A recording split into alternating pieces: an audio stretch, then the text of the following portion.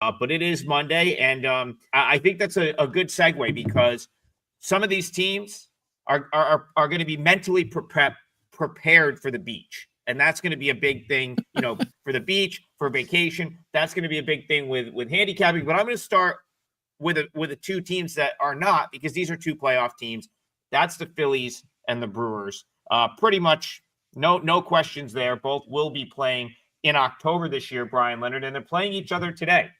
Very interesting series here in Milwaukee. We've got Taijuan Walker for the Phils, played on Sunday Night Baseball last night, so we'll make sure to note that because, again, it's anecdotal a little bit. Have you felt like teams have been a little sluggish off the Sunday night game? I feel like I've gotten in trouble with that, backing them at times this year.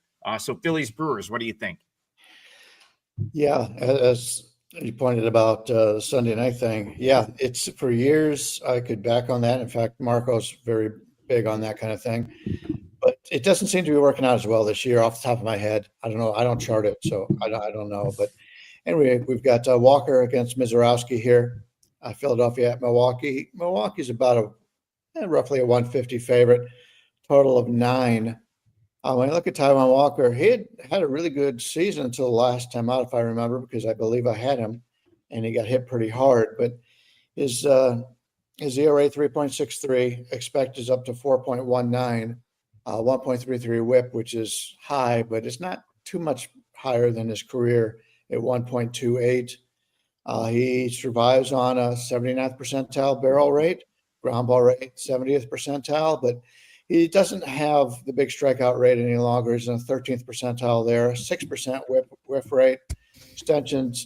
Extension, I might have mentioned this before. He's only in the 14th percentile in extension, yet he's 6'4".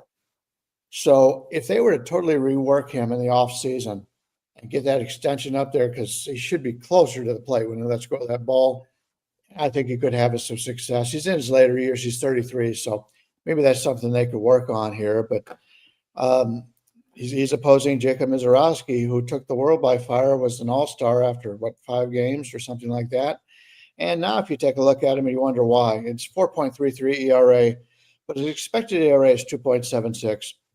His whip is 1.10. And if you take a look at his StatCast page on Baseball Savant and MLB, he's in the 99th percentile expected batting average, 99th fastball velocity, 99th strikeout percentage, and 99th in extension. Now, of course, he's 6'7", so he's going to be great at that. But he's struck out 65 batters in 43.2 innings. The problem is he's been very inconsistent. And by looking at this game, while I'm not a big Taijuan Walker fan, I am a fan of the Phillies.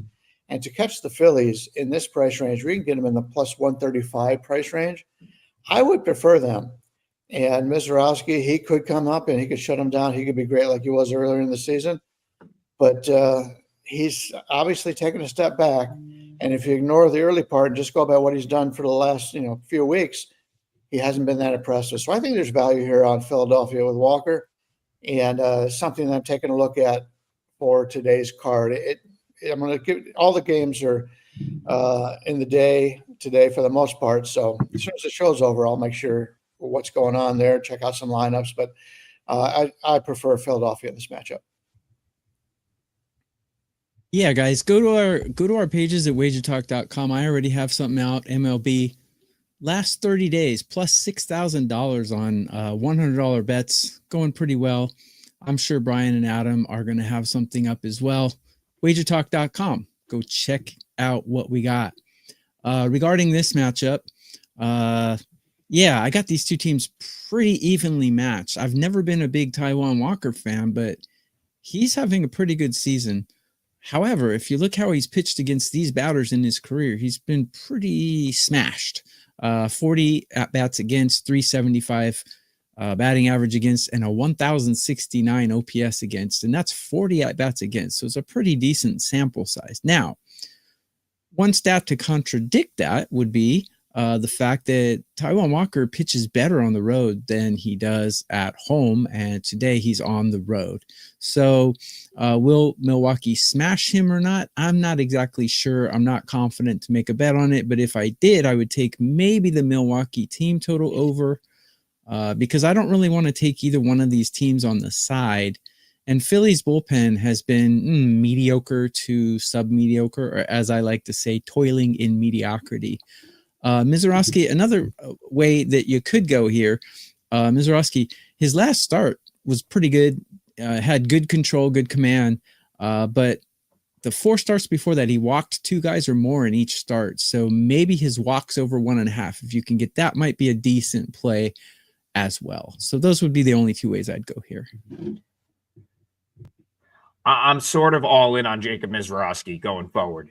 My gut tells me now I know you have, the numbers regressed a little bit in August. Totally to be expected, in my opinion. As Brian said, he got called up. He appeared in an all-star game after like 5 starts. Incredibly rare. Just a very unique sort of like thing to happen, in my opinion, because you just don't see that very often. Guy gets called up and suddenly is in an all-star game, pitches in the all-star game, and then you have the Brewers sort of tweaking his innings a little bit and this goes back to something that I said last month. I said, well, I think you're going to see the Brewers mess with his innings a little because he was pitching regularly as a starter at AAA. And they did that. They gave him that sort of short outing against Seattle coming off the All-Star game appearance. He hadn't pitched for a while. And sometimes that does more bad than good. I'm not a big fan. Tokyo Brandon talks about it all the time. I'm not a big fan with teams tweaking pitchers' routines. We saw it with Gavin Williams after the big start where he almost threw the no-hitter, threw 126 pitches, and then the Guardians came in and said, you know what, let's just throw him a couple extra days off. And it's like, well, now you ran his pitch count up and you messed up his schedule. I think some of that happened to Mizorowski over the course of August, got him out of his rhythm a little bit. And, I think that's why you saw the numbers regress just a little. Last time out, he gave up a couple runs, 10 strikeouts, 1 walk against a very, very good Diamondbacks team. Sort of shows how dominant he can be. And now it's September. I truly believe, I know a lot of people like this Brewers team. I truly believe for the Brewers to win anything this year, they got to ride Mizorowski. He's got to be their ace. He's got to be the guy that can go out and wipe a team out for 6 innings. And I think they're going to sort of let him try to do that a little bit in September to truly see what they have going into the playoffs. I'm not saying he's their number 1, but I think that's the type of effort they need from him come October to really be a World Series contender. So I'm not big on Walker. We've talked about it a ton on this show. Think he's a guy that's due for some regression. And you know what? The Phillies did play last night. So I think it's at least worth bringing up. I lean toward the Brewers here. Not sure if that'll be my parlay leg, but I really like Mizorowski. And I think going back to what Brian said, the stuff rates out very high. If he's on, he's going to be very, very tough to hit. Mark Hinson says he trusts Brewers bats and pitching over Philly. I think this is going to be a pretty good series. I'm not going to put you off making the point that there might be some value on Philly here, but I just am very high on Jacob Mizorowski. So I'll leave it at that. Brian, are you going to get to a Fort Myers Mighty Muscles game while you're in town is the real question. That's what I haven't, but I have been to both those stadiums down here in that area for spring training, and both very nice stadiums down here. I enjoyed it. That'll be that's we'll get to maybe get to that start. Oh, that's actually we'll segue there. So Fort Myers, the Mighty Muscles, I think that's a new mascot. I know it's the single A affiliate of the Minnesota Twins, who, have kind of become their single A affiliate or maybe their triple A affiliate for, pretty much since the All-Star break when they traded away half of their roster around the All-Star break. Now 40%. Yeah, they traded away a lot of guys. So 40. Yeah. To the Twins' credit, and I think they won for our guy that went to the game on Friday. To the Twins' credit, they showed up this past weekend, took 2 of 3 from the Padres. I thought they played well, and I think, you're starting to see some of the guys, like if you go back maybe 2-3 weeks, I said, why do they have some of these guys at AAA? Why is Taj Bradley starting games for St. Paul? He came up over the weekend, and you're starting to see some of these other guys get up there. So, Brian Leonard, Twins are now at home for 4 nights. I guess today's the day game, but 4 days against the Chicago White Sox. Interesting because theoretically the Twins, are they still kind of the better team here? How do you handicap this game, this series? And what are the White Sox going to do with pitching? Because I think the guy that was going to pitch is no longer on the team. I thought it was Aaron Savali. I believe he's a Cub now. So what do the Twins do? Or what do the White Sox do today? And do you like the Twins at all? Yeah, I'm glad you mentioned that because I was out at the beach all day and I did not realize that. And Savali is listed, but on our website or on our line service, oddslogic.com, it is undecided. And when I saw it was Savali, I thought they had some pretty good value on the White Sox. But if he's not there, obviously, I'm going to have to relook. No, they put him on waivers, and he was very quickly grabbed by the Chicago Cubs. Interesting that they were so quick to kind of sign him. But, hey, he threw the ball pretty well for the White Sox, so good for him. Go ahead. Yeah, they picked up Carlos Santana, too, from Cleveland. So, yeah, they're trying to fill some holes there. So I don't know who's going to go for Chicago, but I do know that Bailey Ober's going, and the line is going anywhere from 170 at Bet Online up to 195 in other places. There's no way I could go out and pitch for the White Sox and not feel comfortable about Minnesota as a 195 favorite here. So I like the White Sox. We'll have to see who they throw out there. I'll check. Let's take a quick look at the bullpen situation for the White Sox. Maybe it'll be a bullpen game. Let me take a quick look here. Let's see what we've got. Okay, they've got yesterday. Wilson threw 16 pitches. He'll be available. Leisure's pitched 2 of the last 3 days, but he didn't pitch yesterday.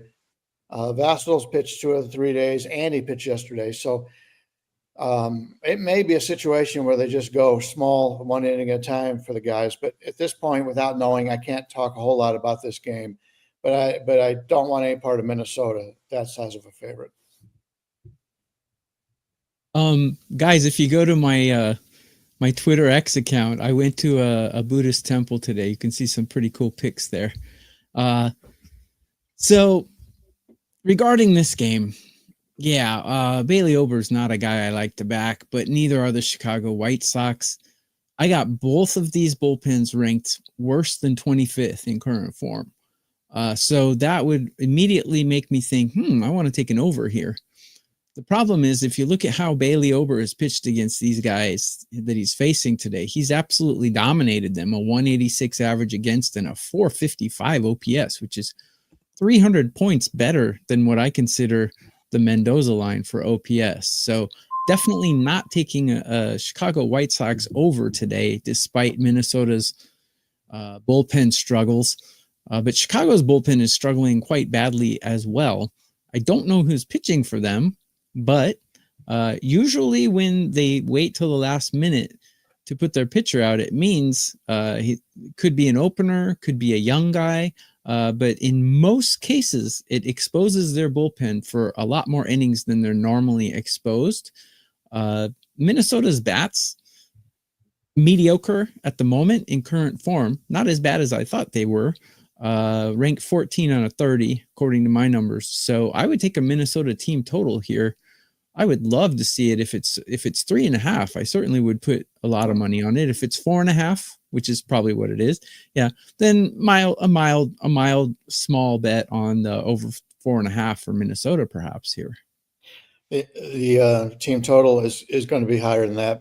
If you go by the current lines, if they're a 190 favorite and the total is 9.5, that means it'll be at least 5. So I would not do that.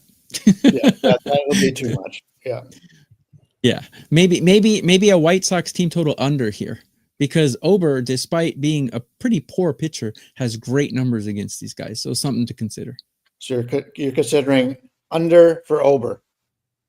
Under over, over out under airplane. What a great movie! Right, great. Over under, huh? Bad day to quit smoking. Steve Duke says St. Paul Saints, they actually fill the seats. It's weird. Listen, if you don't fill the seats at AAA, you lose your team now. That pretty much is when Major League Baseball came in and took ownership of the minors, essentially. It's like if you're not filling the stands, you basically just lose your affiliated teams. So they got to find ways. Real. Yeah, it did, because they were losing money. So yeah, you got to find ways. Brian, Aviators Park's always full, right? They can get good crowds there. Announced crowds. They count, every place counts the season ticket holders. Sure. And so a lot of the season ticket holders is a little bit higher because the A's are coming to Vegas and they get the first choice on the tickets. But I was there the other day and I couldn't see more than 500 people in the stands. And I think they said they had, 8,000 or something. So who knows? Yeah, that's you're right. That is a thing. We get great crowds here in Syracuse. I just thought that was an interesting comment, because they do put fans in the seats, or you become very much in danger of losing your team.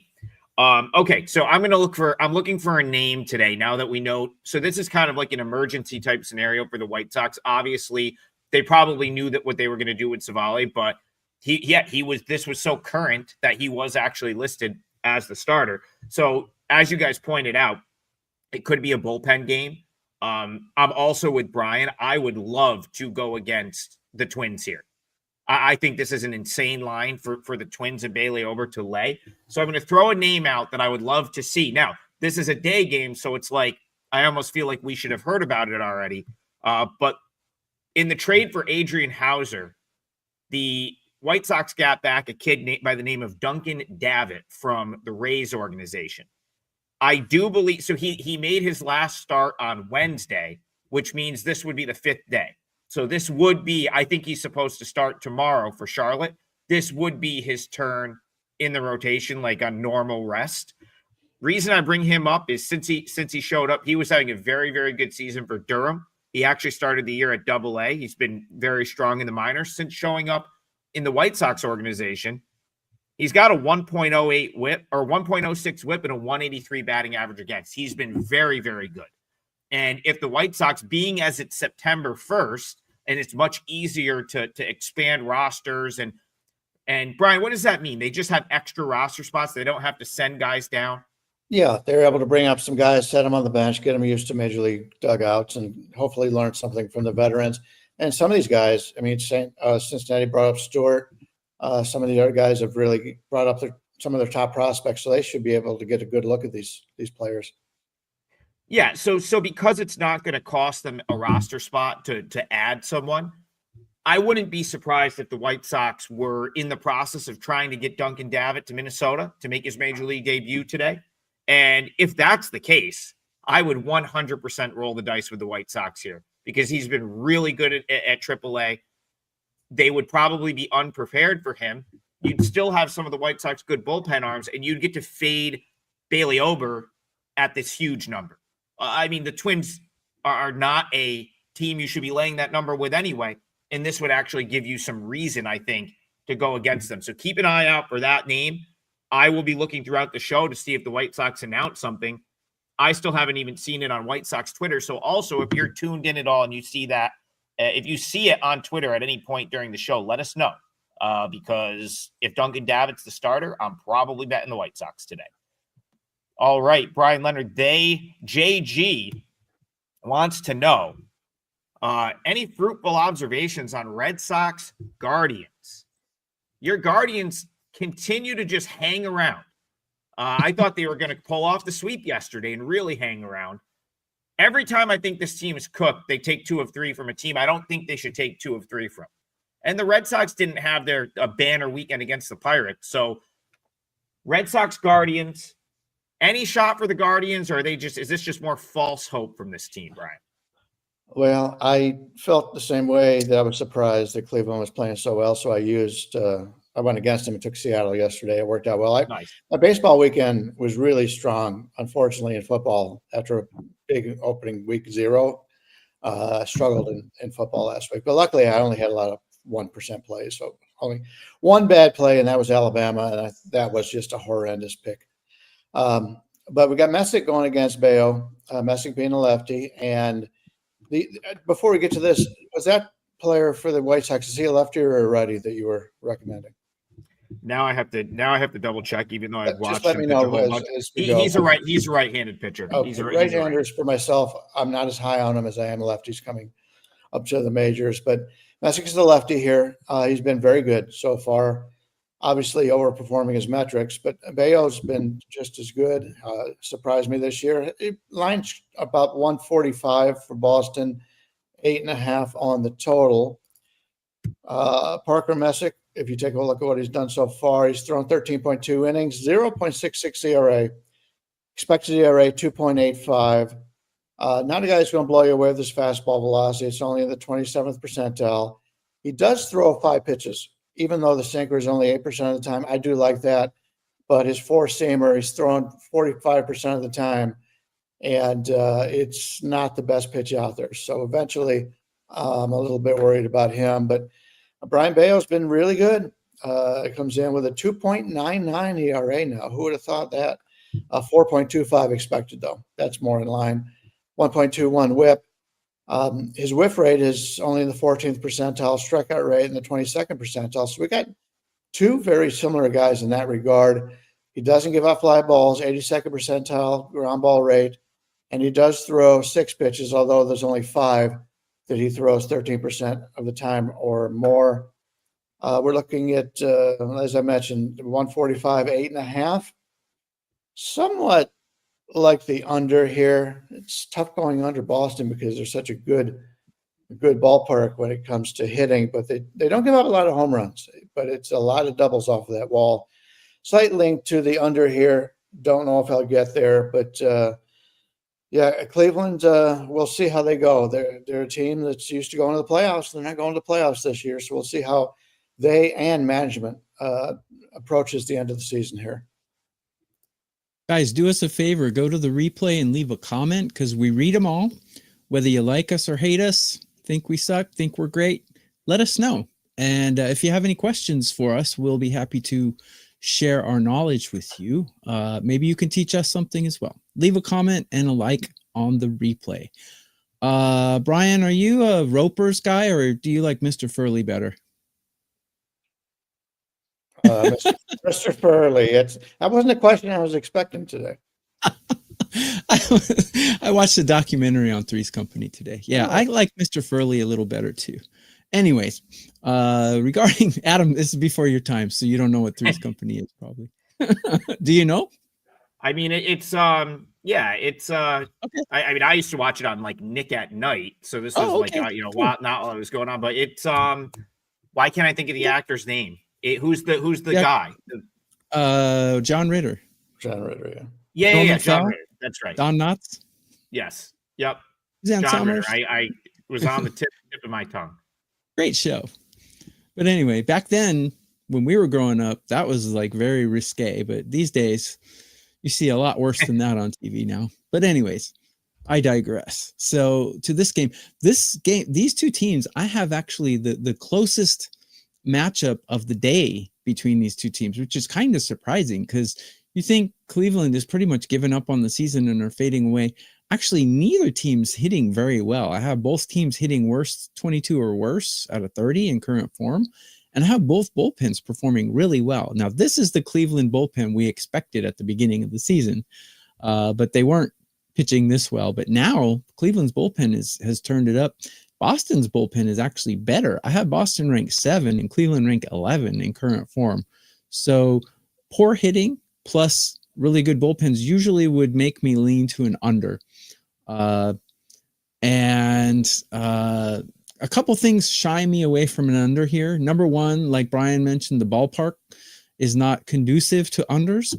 And the second thing that would kind of lead me off an under would be Bayo has been absolutely clubbed like a baby seal against these guys. A 375 average against and a 1,028 OPS. Granted, it's only 24 at-bats, but that would scare me off and under there. But if anything, under would be the only way I would lean here. I mean, I'll pull up this comment. Wolf says half of Cleveland's team suspended for sports betting. Like, that's just false. Like, it was a couple of guys. And listen, I don't know what the clubhouse dynamic is, but one of the guys suspended was new to the team. So, like, do you think it was addition by subtraction at all from like getting that out of there and just moving past it? Because the Guardians have really played better, in my opinion, since all of that has kind of faded away. I don't know. What's your take on that, Brian? Well, yesterday was a big day because they were waiting to find out. They originally said at the end of August they were suspended. Now they're saying they're going to be suspended the rest of the year. It's an ongoing investigation. I think everybody wanted it to be solved or not.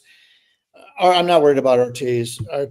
He's never been much of more than an average starting pitcher in Major League Baseball. But when your best reliever in the history of the team gets suspended and may not pitch in Major League Baseball, there's a lot of concern about that. But now that they know that he's not going to be with them the rest of the season, maybe that's a good thing that they don't have to worry about that anymore. So, but yeah, there's just the two guys, and I'm sure that a lot of that is going on, which is why I've never understood why they would let you bet the first pitch.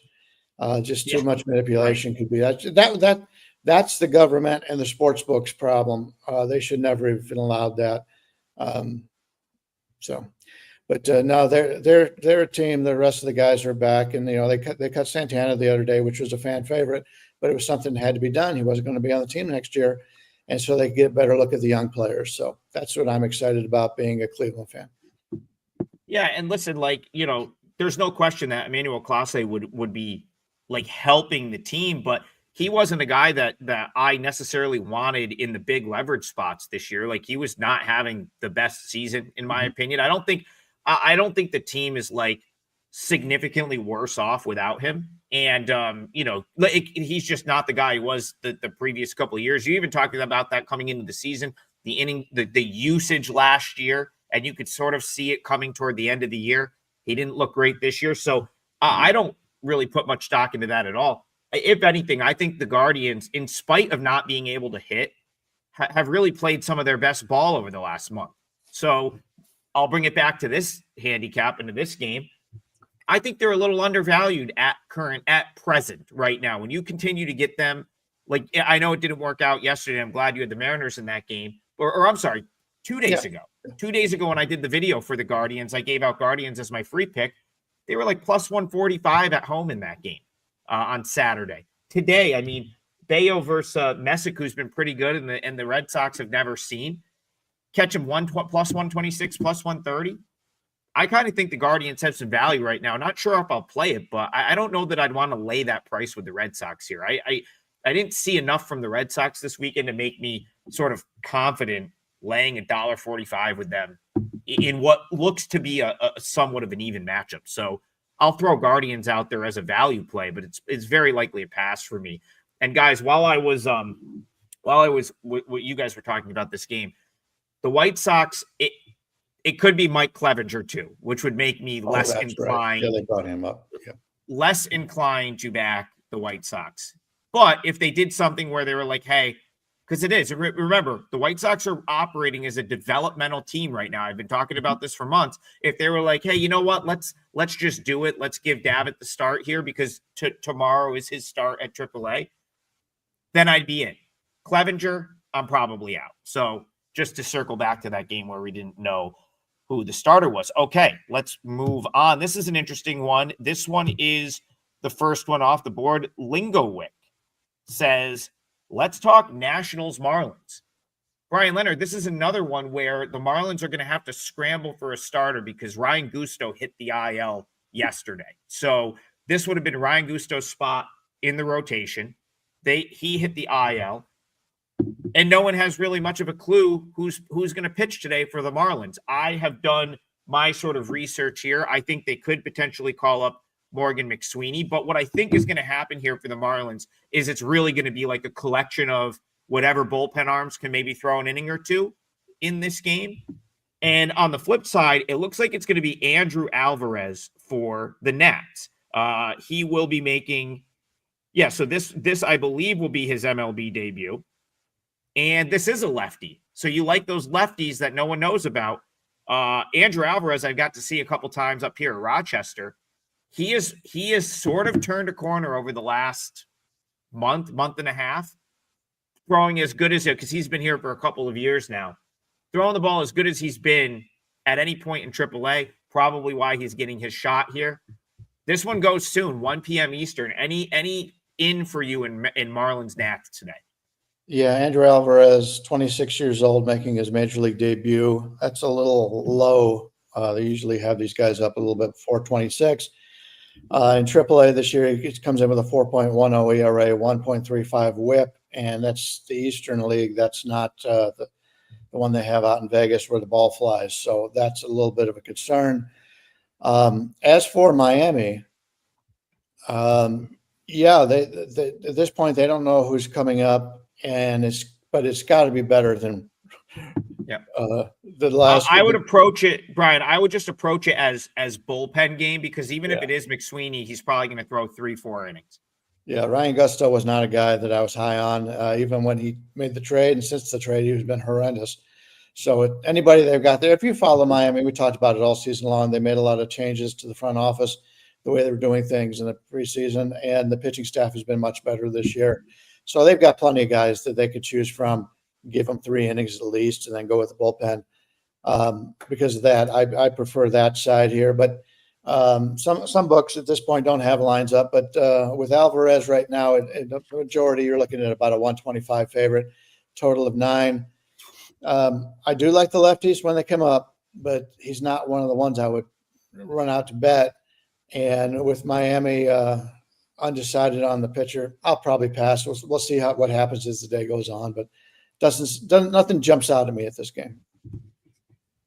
So, guys, we got stuff available. Go to WagerTalk.com to see what we got.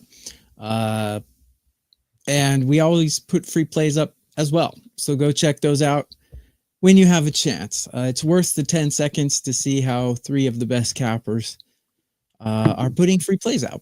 So go check our pages at WagerTalk.com. Regarding this game, if Miami's making this a bullpen game, they have one of the worst bullpens in current form right now, ranked 28th out of 30, according to my numbers. But the problem with that is Washington hitting is ranked 26 out of 30 in current form. So it's a complete stalemate for me. No way I'm going to put money on this game unless it's Monopoly money. So, yeah, I'm not going to play this one at all. So I'll just pass it to Adam. I thought Andy's like, he said noon o'clock. I thought I said 1 o'clock, but I got to be honest, I probably had like 10 high noons yesterday. That's rare for me. So yeah, I'm a little, I might just be saying random stuff this morning. Your boy I like thin women, no matter what country they're from. Jeez. All right. Yeah. No, we're off and running here on the holiday. I may actually, that's what I plan on doing today too. I'm probably just going to hang out. I think we're grilling and I'm going to watch baseball all day. Probably be the most antisocial person at the barbecue, if you will. But as far as this game's concerned, I might actually, you know what? We are going to be involved in this game. I'm going to take the Marlins money line right here. I'm with you, Brian. Like, Andrew Alvarez is a guy I've seen pitch at Rochester a couple times. I think this is a type of a scenario where he was a Nationals draft pick, okay, 12th rounder. The term they use in corporate world is like a company guy, right? Like, so sometimes these organizations, like if you're out there working your tail off and you come through the organization, right? And like he was a 12th rounder, he went to Cal Poly. I don't know that they ever really looked at him as someone that would impact the big league club, but they're totally out of it. And sometimes what happens in September is you will get rewarded for your hard work with your big league debut. It's not like the rest of the year where it's like guys, the rest of the year they get called up. It's typically they were dominating in the minors and they got called up because they and I don't want to say he didn't earn the call up, but this feels like one of those scenarios where the Nats are like, hey, we're completely out of it. We're going to play whoever. Alvarez has worked his tail off for us for 4 years. We drafted him in 2021, and we can give the guy his MLB debut. Let's do that. That's what this feels like here for the Nats. The Marlins, on the other hand, even if they call up McSweeney, who's been very good at AAA, I think this is going to be 2 innings here, 3 innings here, maybe another 2 innings here, which is what the Marlins have done a lot this year. I'm kind of comfortable with that because it's no different than what you've seen out of the Marlins on a lot of other, games this year. I don't think it's going to be very different from what the Marlins have done from time to time. I just don't think the Marlins should be an underdog. Brian, what are we getting here on Marlins? Is it still like plus 105 or like even money? You can get upwards of 110, but basically most places are plus 105. Yeah, like the Marlins shouldn't be a dog here. I would list it action because you don't know exactly who they're going to start, and it doesn't matter. That's the point I want to sort of drive home. The Marlins, it does not matter who they start because they're gonna do what the Marlins kind of do, where it's like they've got a guy that can go 3 innings, next guy can go 2, and then they'll just mix and match the rest of the way. I'm totally comfortable with that. I'm not really worried about the Nats doing much damage there. That being said, remember, Rochester Jacksonville actually did play a couple times this year. I went to that series up here in Rochester. They don't always play. So some of these hitters might have some familiarity with Alvarez as well. Just no way the Nationals should be favored here. So let's go Marlins to start off the parlay. That'll be my parlay leg for the day. All right, let's move on. Let's see what we've got here. Great. I'm sifting through the chat comments, and we're talking like Vietnam War, skinny women. Like I'm trying to find a game to talk about, and the chat has gone completely off the rails here. You're not keeping their attention today. That's my fault. That's okay. That's okay. It. Listen, it's a holiday. Like my family's on the boat right now. Like I'm working here. Like everyone else has the day off, so we got to mess around a little bit. Turnbuckle Tommy says the books are just opening their arms to Blue Jays money. Are you seeing that too, Brian Leonard? This is kind of a big game right here. Reds Jays. Is it a lot of Reds money with Hunter Green on the mound? Is it a lot of Blue Jays money? Are they trying to bait you into taking the Jays at plus money here? I couldn't get a great read on this game, so I'm kind of curious what you have to say. Blue Jays Reds. Well, they don't bait you into the game. I don't believe any of that the books want whatever. For the most part, they're just putting out the best line possible. That's the wrong term. I meant they do shade though. I was they definitely shade. Yeah. They got Bassett coming in with a 4.14 ERA, 1.33 WHIP, expected ERA of 4.08. Pretty good exit velocity, 88th percentile, 84th percentile hard hit rate. So he's a guy. He's a veteran. He's been around 11 seasons, 36 years old, and he's from Akron, and that's where I graduated college. So I've always had a soft spot for him. He's had a really nice career. He's going up against Hunter Green. Hunter Green, when he's healthy, he's been terrific all season long. Comes in with a 2.81 ERA, 2.85, and my eyes still early in the morning for me. 2.85 ERA, expected ERA 0.97 WHIP, 5% ground ball rate. We talked about that before with the Reds. How they've somehow managed to get all these fly ball pitchers and not give up home runs. But he's only a 3-pitch pitcher, and he throws that fastball 55% of the time. I think he'll struggle with that as he gets older and he loses some of that velocity. And right now he's in the 99th percentile right now. All good. But he's going to have to change the way he pitches as he gets older. On the current line, we're looking at Green, basically about a 116 favorite, total of 8. I prefer Green over Bassett, obviously, but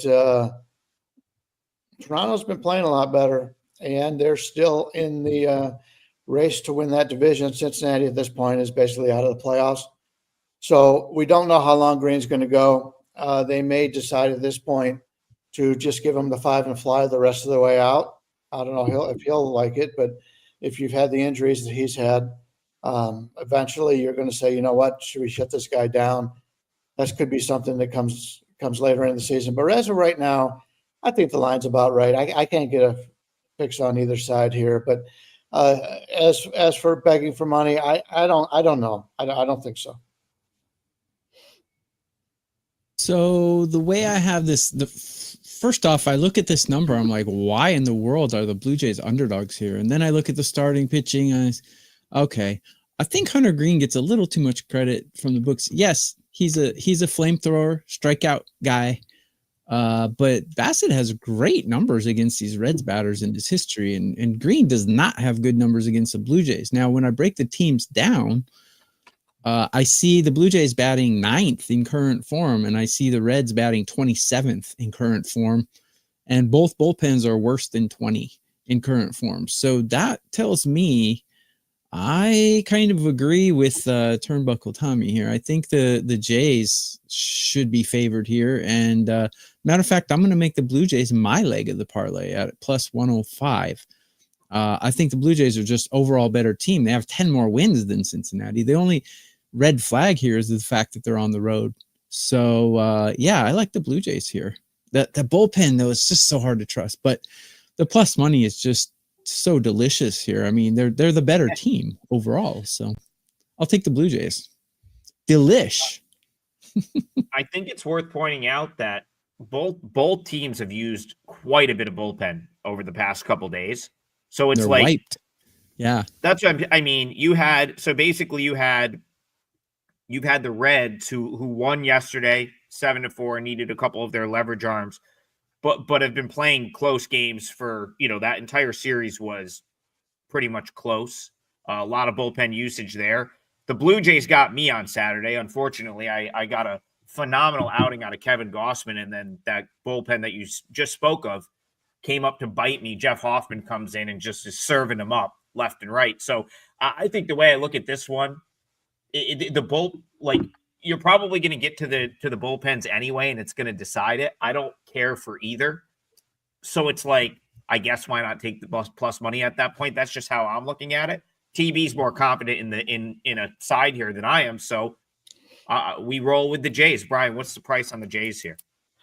Jays, you can get, I guess plus 105 is pretty much, you can get a little bit better at some places, but plus 105, you should be able to get everywhere. Yeah, I mean, my numbers suggest that that's value. Again, I don't like, I couldn't get a good read on this game. So, but my numbers suggest that Blue Jays are value at plus 105. And the one thing that I kind of had in my notes was both teams have bullpen usage. Don't trust either bullpen. So it's probably going to come down to a timely hit one way or the other. Don't trust either bullpen. And in that case, I'll take the number 5 lineup over the number 27 lineup any day.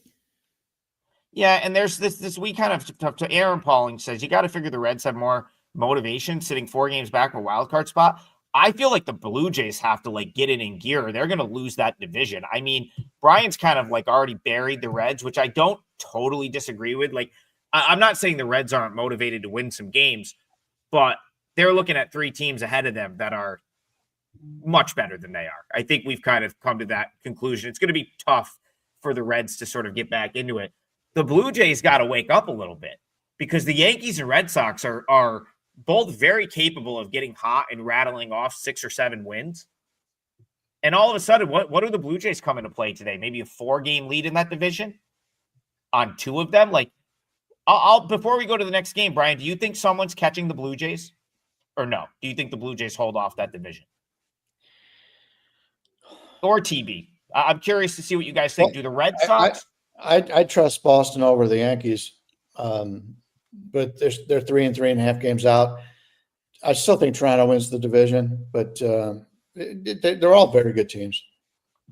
And just Yankees are looking dangerous because their bullpen's actually playing well now, and Judge is waking up. He's not playoff Judge anymore, so Yankees have a shot to catch them, I think.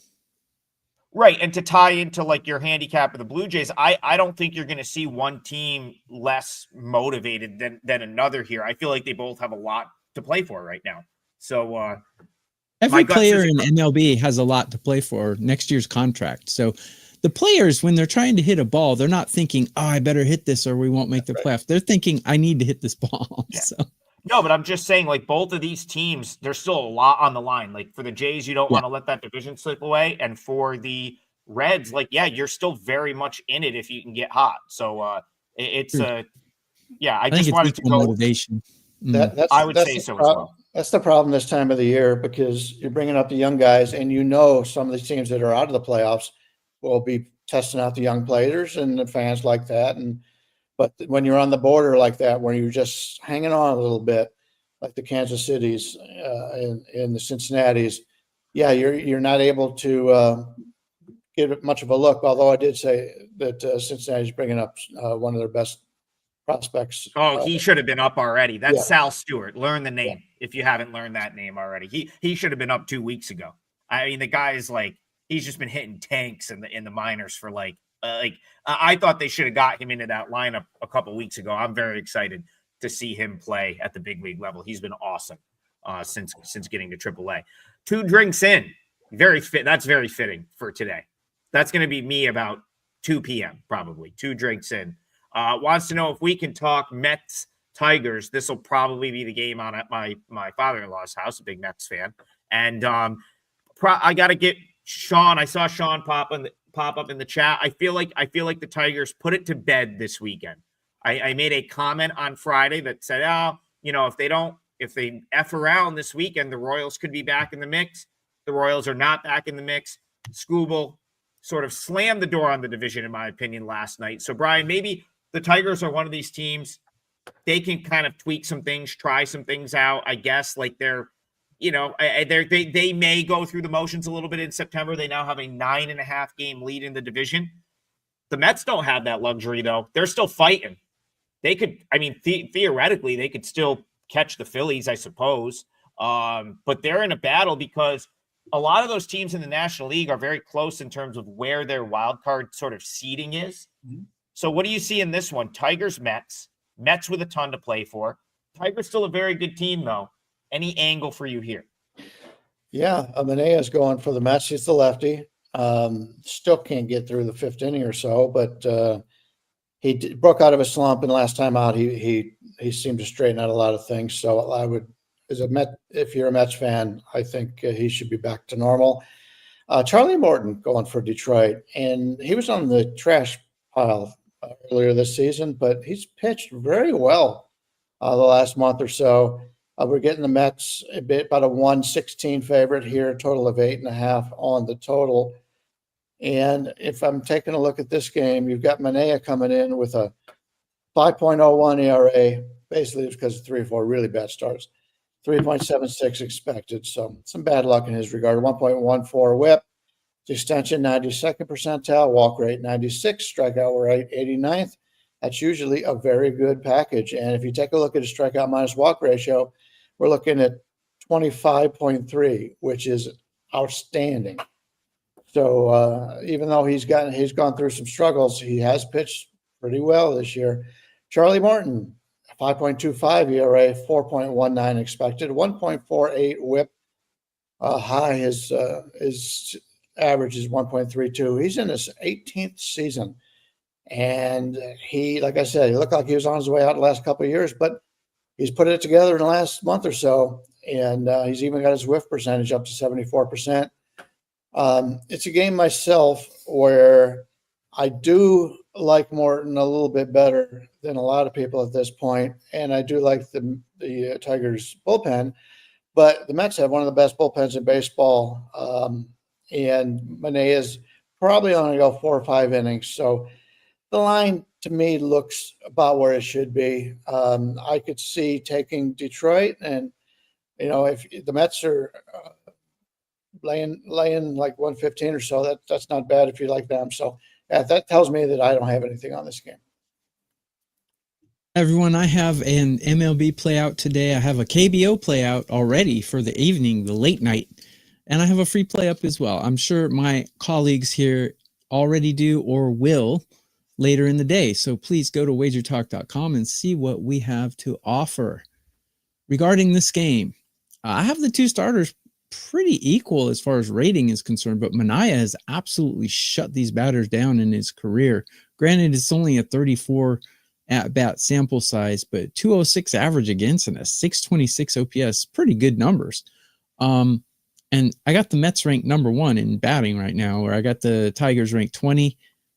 Bullpen's pretty even, but Morton gets a bad rap because he's old, but he's actually pitching a little bit better than Manea, so I'm a little torn on this.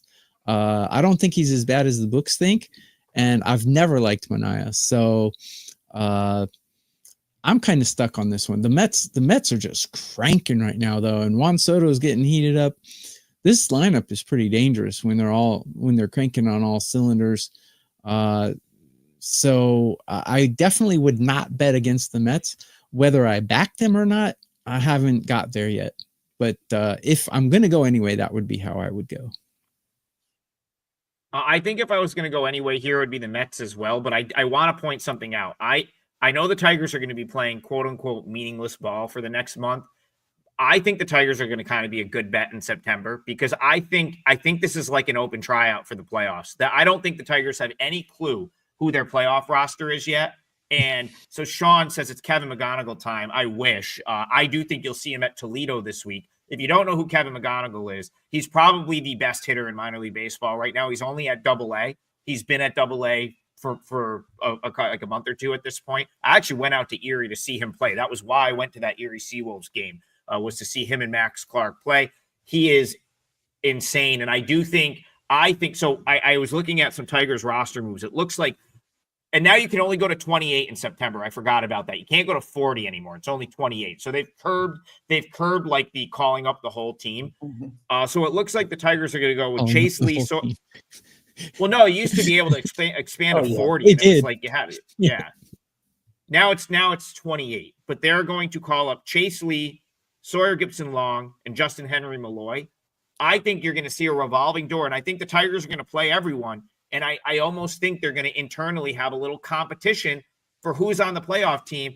And I think it's going to make the Tigers kind of play good ball in September because I think there's a lot of internal competition for playoff spots on that team. I don't think they have any clue who that 26, 7, however many 8-man roster is for the playoffs yet. And Sean, I think we'll see McGonigal get a crack toward the end of the month. They would be stupid not to. If they're playing meaningless games, just see what you got. Like, what if he comes up and he tears the cover off the ball? It's like, don't you want to throw that on your playoff roster? So I think you'll see him at some point. It's just not going to be today. But that is going to make the Tigers very interesting play, in my opinion, because they might get priced as a team that's not, quote unquote, doesn't care. And I think they are going to care a little bit. So I don't really have much there, but I'm with you, TB. I don't love Morton. I could see the Mets getting to him. So maybe an over though. What's the total on this game? 8.5? I could mess with that. Is it an 8.5 total, Brian? I don't have it. 8.5 to the over 20. Yeah. I think if I was going to play here, it would probably be an over because I could see the Mets generating some offense on Morton. And I think the Tigers are going to hit a little bit this month as they sort of rotate guys in. Sean says Parker Meadows will be back. Malloy won't be. Okay. Yeah. I think you're going to see them just sort of rotate up, down, up, down. They're just going to give everyone a shot. All right. I'm going to throw it over to Tokyo Brandon. We need a parlay leg from you. And we've only got about 4 minutes left. How are you going to, I'm sorry. Not I already put mine out, but I have a game to suggest. No, that's okay. We're going to Brian. It's Brian that needs, so I better get to parlay leg. Yeah, let me get to my parlay leg. Let's take a look at the Athletics against the Cardinals today. Got Morales against Gray. St. Louis is about a 135 favorite. Total is 7.5 to the over. And that's a bit surprising to me that Morales has been really good so far, but he's only thrown 22.2 innings. And the only thing he's got that's really showing is that fastball velocity in the 89th percentile. And he does throw that 54% of the time. But like I said, anybody in Major League Baseball can hit a fastball. Sonny Gray, but he's been struggling. I think his last start he did pretty well. But overall, since the All-Star break, a little bit of struggles for Gray. 4.19 ERA, 3.73 expected, 1.18 on the whip. The reason why I'm taking it is Kurtz hasn't played. He's hurt, and the line tells me he's not going to play again today. But still, to get a 7.5 in St. Louis, this has got to be the first time all season I can remember a 7.5 there. Normally, you get your 7.5s at really good pitchers' parks, maybe Chicago like today when the wind's blowing in, that kind of thing. But to get a 7.5, and I don't know if he's going to play at all. Kurtz may come in as a pitch hitter. I haven't seen the latest on him, but that seems to be an awful low number. even without him playing. So I'm going to go with the over here in the Athletics and the Cardinals game. I'm going to go over 7.5 minus 115, and looking for 8 or more runs. It's not hard to score 8 runs in baseball, as we know. Guys, we have Okay, almost yeah. 1,200 watching live. So thank you guys. Go to the replay and give us a comment as well, and we will answer any questions you have. I'll make this really brief because we're running low on time, and I don't really have a good read on this game. As you guys know from previous shows, I don't really like to bet games with X factors in them, and to me, Morales is an X factor. Not enough sample size. Sonny Gray is a decent home pitcher. But actually, I won my only MLB play yesterday. I won betting against the A's. I took the Rangers first 5 and I won it, but that was mainly because DeGrom was on the mound. And Texas bats are on fire, but St. Louis's bats are not. So I have every category here going in favor of the A's. But I just don't trust them right now. So I'm not going to play this game. Sonny Gray, though, really good walk to strikeout ratio, but still not enough for me to bet it. The A's are hitting a lot better than the Cardinals. Bullpen's pretty equal. Sonny Gray is a good pitcher, so I'm going to stay away. I don't think you could ever go wrong betting an A's over at this point. You've got to, even without Kurtz, you got a lineup of guys that all have sort of like, we don't even really know what the ceiling is yet, but it could be very good, like bat to ball skill across the board out of the young guys. Jacob Wilson's going to be a phenomenal hitter. Soderstrom against any righty is someone that you want in the lineup. So there's absolutely runs out there for the A's. But then on the flip side, like even if Morales comes out, so last time out against the Tigers, dominant, 7 shutout innings, 2 hits, 7 strikeouts. Even if he comes out and does something close to that, let's say he throws 5-6 really good innings, you still have to survive 3 innings with the A's bullpen, and they just don't have many bullpen arms at this point. So I feel like, it's priced as if, here's the thing, and let's goes back to what Brian's saying. It's priced as if Morales is like a proven ace. He's not. He's been very, very good for a couple of starts, but he's only been at the big leagues for a few weeks. So he's not a proven ace. He's not an ace. I'm just saying, like, you can't just count on him doing what he's done the last 2 starts because he's been really good. But even if he were to do that, you're still probably going to get 3 innings against this A's bullpen, and they could give up 4 runs at the, in an inning. Like, they don't have great bullpen arms. On the other side, you get the A's lineup against Sonny Gray. They can hit fastball. They can score. This A's team can score. I'm kind of with you, Brian. It just doesn't seem like it's going to be that difficult to get to like 7 or 8, like 8 runs. It just 8 runs is not a huge number to get to. So unless you have both pitchers that are just dominant, you're probably going to have a really good chance to hit your over. So I see where you're coming from there. All right, we have this would be a good one for us. We need one of these big parlays, and this is plus 685. So in summary, we have Marlins money line, Blue Jays money line, A's Cardinals over 7.5. That 3-teamer comes out to plus 685.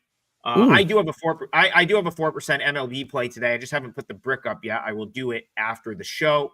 And thank you for all the we need Monday holidays more often, because every time no one's at work, the live chat is popping. So Thank you guys for tuning in live. And if you missed the show, as always, head on over to the WagerTalk YouTube channel where you can find it on demand. Anyone have anything else to add before we sign off here? Leave a comment and hit the like. Yeah, number 1 the last 3 days, number 2 the last 7. But to be totally honest with you, I don't think I'm going to be able to get there with anything today. I may just pass. Number 1 last 30, and my MLB play is up as well. All right, guys. Hope everyone enjoys the Labor Day holiday, whether you have it off or not. I know I'm going to try to get some sun here in central New York, because that goes quick. Once the sun is gone, it's gone to like April. So gotta enjoy the weather here. Adam, you look like you burn like crazy. You're pretty pasty. Yeah, I mean, red hair. So these lights are very bright. I am Italian though, so like I don't get like burnt. Like I actually will get tanned. I just don't spend that much time out. Like I gotta be honest, the heat. I'm not a big heat guy anymore. Back when I was in my 20s, I was fine with it. Now, like, I can't stand the sun. I'd rather be like in the shade. I'll sit by the pool, but I'm not just trying to get baked out there. And the heat, like, I Arizona, can't we wait get for the baked. fall. I can't give me 40, 50 degrees every day. I'm going to be in heaven. I don't like 2 degrees, but like 40, 50 degrees in the fall. Upstate New York in the fall, best time of year to live here. So I'm excited for the fall. Got it. All right, guys. Have a great day, everyone. We'll see you guys tomorrow, 9 a.m. Eastern, for more Total Bases.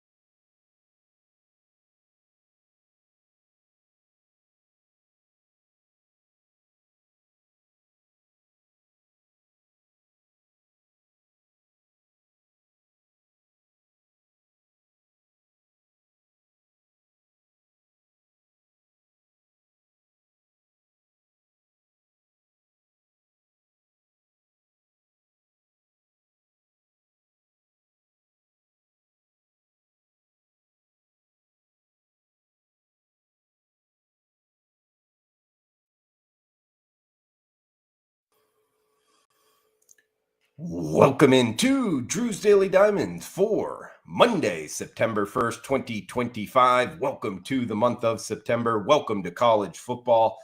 TCU and North Carolina breakdown here. It's a big one, guys, on Monday night. First reminder, if you could comment below, helps grow the show. Anything more than welcome in the YouTube comments below. Smash that like button if you're liking the content. All right, ESPN nationally televised game, 8 o'clock Eastern, 5 o'clock Pacific here.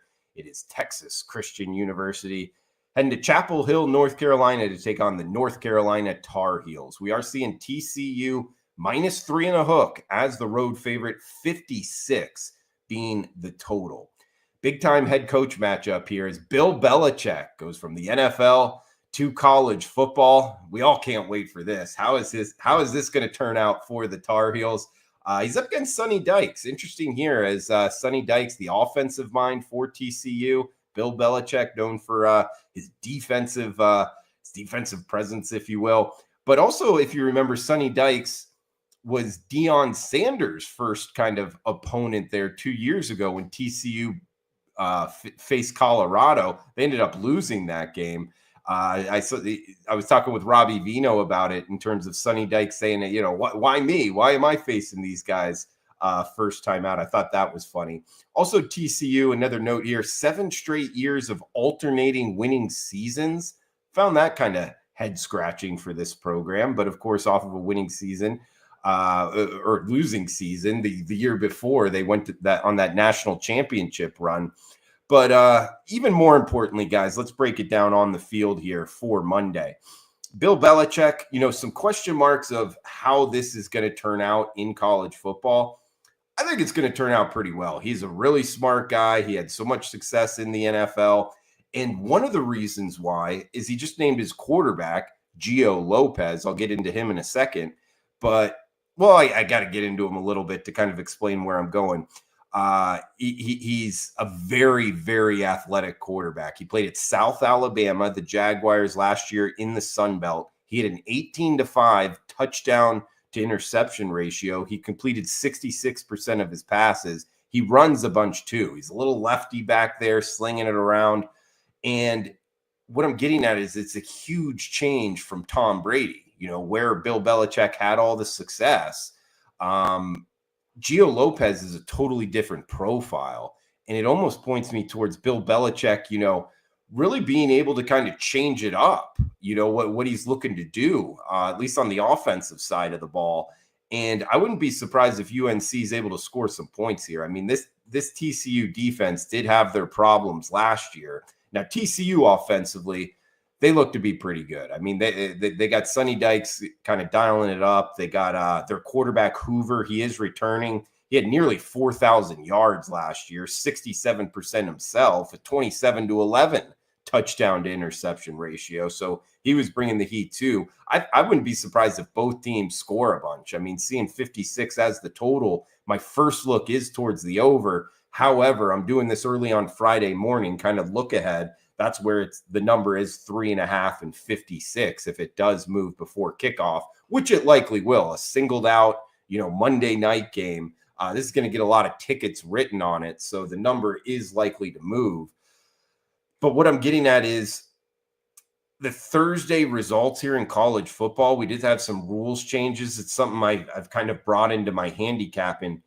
Those 8 games, FBS versus FBS, went 7-1 to the under. So I'm starting to pump the brakes on just kind of firing away on overs.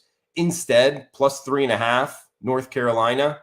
Hey, I think Gio Lopez kind of dials it up here offensively. And Bill Belichick, this era starts off possibly with a win. We'll put the 3 and a hook in our pocket, though, for the pick on this game in case it does, finish at 3, which there is likelihood to do so, some likelihood anyway. So +3 and a hook. That is the Tar Heels. Tough environment to play. It's going to be rowdy there. This is probably their biggest football game in quite some time. So, hey, tough place to play for TCU on the road week 1. We're going UNC +3.5 against TCU for Monday's top play. Just one game on the card, guys. North Carolina Tar Heels plus the points. Thanks for tuning in. I am Drew Martin. Check out Premium Picks, WagerTalk.com, experts page, Drew Martin. We got NFL going here, week 1 coming up. We got college football, week 2, and of course, MLB getting close to the playoffs. So a great time to jump on board. We got the 30-day, the 90-day, the full year access, all available. Drew Martin experts page, WagerTalk.com. All right, guys, that does it for the show. North Carolina plus the points. Comment below, smash that like button, cash those tickets. Thanks for tuning in. Enjoy the rest of your Monday. Bill Belichick is back. College football debut Monday night, national TV. You know you're going to watch it. You might as well make some money while you do. So I'm going to break down both the side and total free plays with analysis coming up in the TCU North Carolina game for Monday night, right here, right now. Hi, this is Steve Merrill, WagerTalk.com, right back here on WagerTalk TV. And boy, this is convenient, right? The only standalone national TV game Monday night happens to be Bill Belichick's debut. Not a coincidence. Tongue-in-cheek. North Carolina Tar Heels opened briefly this summer as a 1.5-point home favorite, and I think everyone thought the public would be all over them, but the sharp money came in on TCU, and I agree with that move. It's currently 3.5, and yes, it's crossed over that key number of 3, but it's not high enough. I run a 10,000 game simulation every week for all the FBS games, and on average, I've got TCU winning this game by 6.5 points on Monday night, so I do like the Horned Frogs even at minus 3.5. Would like it better at minus 3. We'll see if maybe the public knocks this down on Monday, if we get some buyback on the Tar Heels. I would wait. Wouldn't play TCU yet at 3.5. Try to get that key number of minus 3. But either way, I do think there's value still with TCU as I predict a 6.5 point win. Total opened 59, and we have seen some sharp money on the under this summer. It's down to 56. And I would also agree with that move. Bill Belichick, always known for his defensive mind in the NFL, and I do think he'll probably improve this defense. But there's a lot of question marks on the UNC defense. They're only 94th in the country in returning production. They were really bad the last several years, giving up about 28 points per game. Offense scored over 30 a game, but they lose a key running back. They lose their starting quarterback, but they bring in Gio Lopez from South Alabama, who had a breakout season last year, averaging over 8 yards per pass attempt, 18 touchdowns, only 5 picks. So both teams do have some firepower here. And by the way, TCU, one of the best quarterbacks in the country. Talk about breakout seasons. Last year, of course, huge breakout season for TCU last year. They did lose their receivers, but quarterback Josh Hoover is back. And they picked up a huge transfer in the portal in Jordan Dwyer, who came over from Idaho, who was looking at USC, Georgia, some other big-name schools. So I don't think there'll be a huge drop-off there. So light lean only on the under. I think the side is the better play here, but wouldn't be shocked that Belichick has something up his sleeves and maybe hedge it a little bit with the under 56. Lean under, but if you're going to play this game, I think the best option is TCU minus the 3.5. And hey, you might even get a minus 3 by kickoff if the public comes in on Belichick and the Tar Heels on Monday night. By the way, UNC did not have much of a home field advantage last year, and their 6 home games last year were actually their 6 home games overall. They went 0-6 against the spread last season in Chapel Hill. So we'll see if they get any kind of home field advantage now that Belichick's in town. Brand new coaching staff as well. Always tough in game one. You don't have a preseason. You have limited experience coming back, 19, 20-year-old kids, a lot of people in the transfer portal. I think this is a tough matchup against a TCU team that, don't forget, played for the national championship just 3 years ago. This is Sonny Dykes' 4th season. In his first season, he took them all the way to the finals. Now, of course, they were a phony national semifinal runner-up or national finals runner-up, and we faded them with one of the strongest plays of the season with Georgia in that blowout. What was it? I think 65-7, if I recall. Well, TCU's still a quality team, still a playoff caliber team this year, and I think they're just a much better squad. Take a look at TCU minus the 3.5 here in the Monday Night Football, 8 o'clock Eastern national TV game, September 1st on ESPN. Drop your thoughts below in the comments. Side, totals, and player props. What are you looking at in this prime time matchup on Monday night? Hey, include some analysis if you have time. Let's learn and earn and win together here on WagerTalk TV. And if you're liking these free play videos, these solo free play videos and these spotlight games, I just ask 2 simple requests. Thumbs up, like, and a positive comment below. The more thumbs up, likes, the more comments, the more free play videos I will do every week this college football season. Also, pro football starts next week with the regular season. Solo videos there. Of course, your Fade the Public video is a huge must-see TV weekly appointment.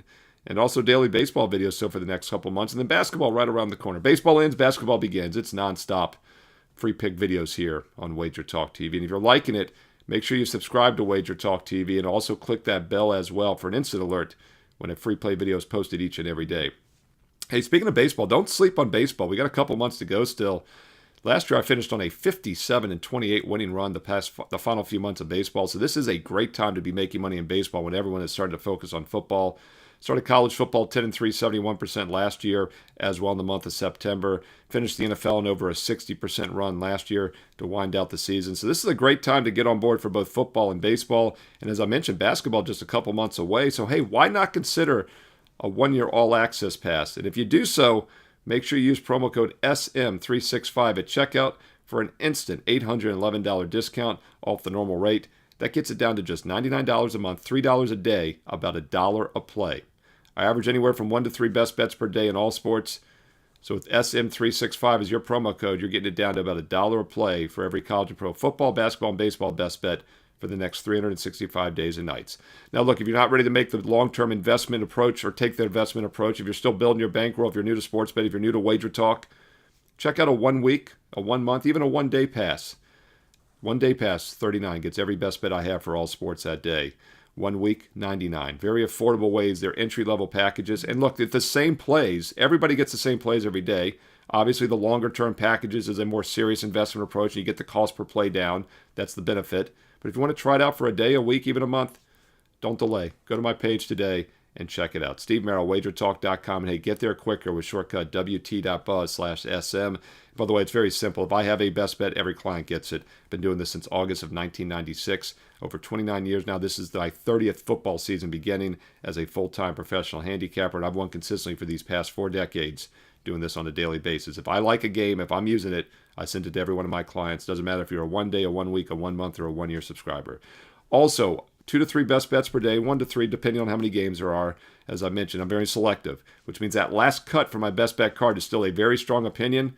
And what do? I don't want to waste it. I put it up for free for everyone each day on my page. So check out the bonus free play right now as well up there for Monday. If you're watching this video earlier, maybe Sunday. But once again, my last cut from the best bet card goes up as a bonus free play with analysis for everyone every day. So even if you're still building your bankroll, if you're new to sports betting, it's a great reason to check out my page on a daily basis. Get the bonus free play up there right now, and then check out the special offers and the strong best bets. Steve Merrill, WagerTalk.com. And you can get there quicker with shortcut WT.buzz/SM. Looking forward to having you on board for another great college and pro football season and another great finish to this baseball season. Hey, if you're finding these videos useful, as I mentioned, thumbs up, like, comment below, but also be sure to follow me on social media at Steve Merrill on X and Instagram. 2 R's, 1 L, MERRIL, at Steve Merrill on X and Instagram. And stay tuned here to Wager Talk TV because you know there's more free play videos coming up next.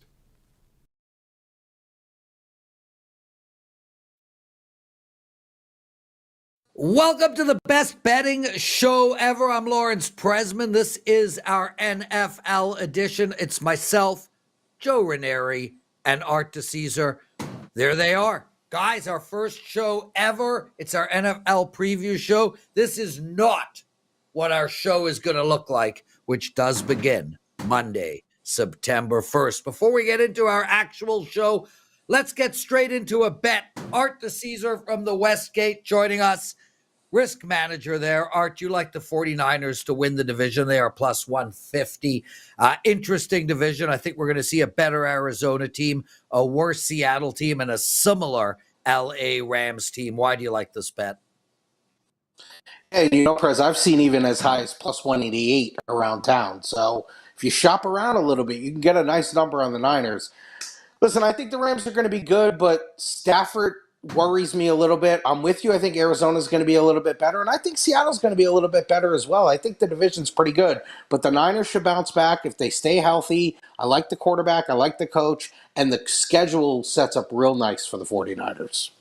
Yes, it does, and I'll be talking about that bet a little later as well. We're going to go through 4 Art DeCesar bets. 49ers to win the division is one of them. Joe Ranieri, anything to add?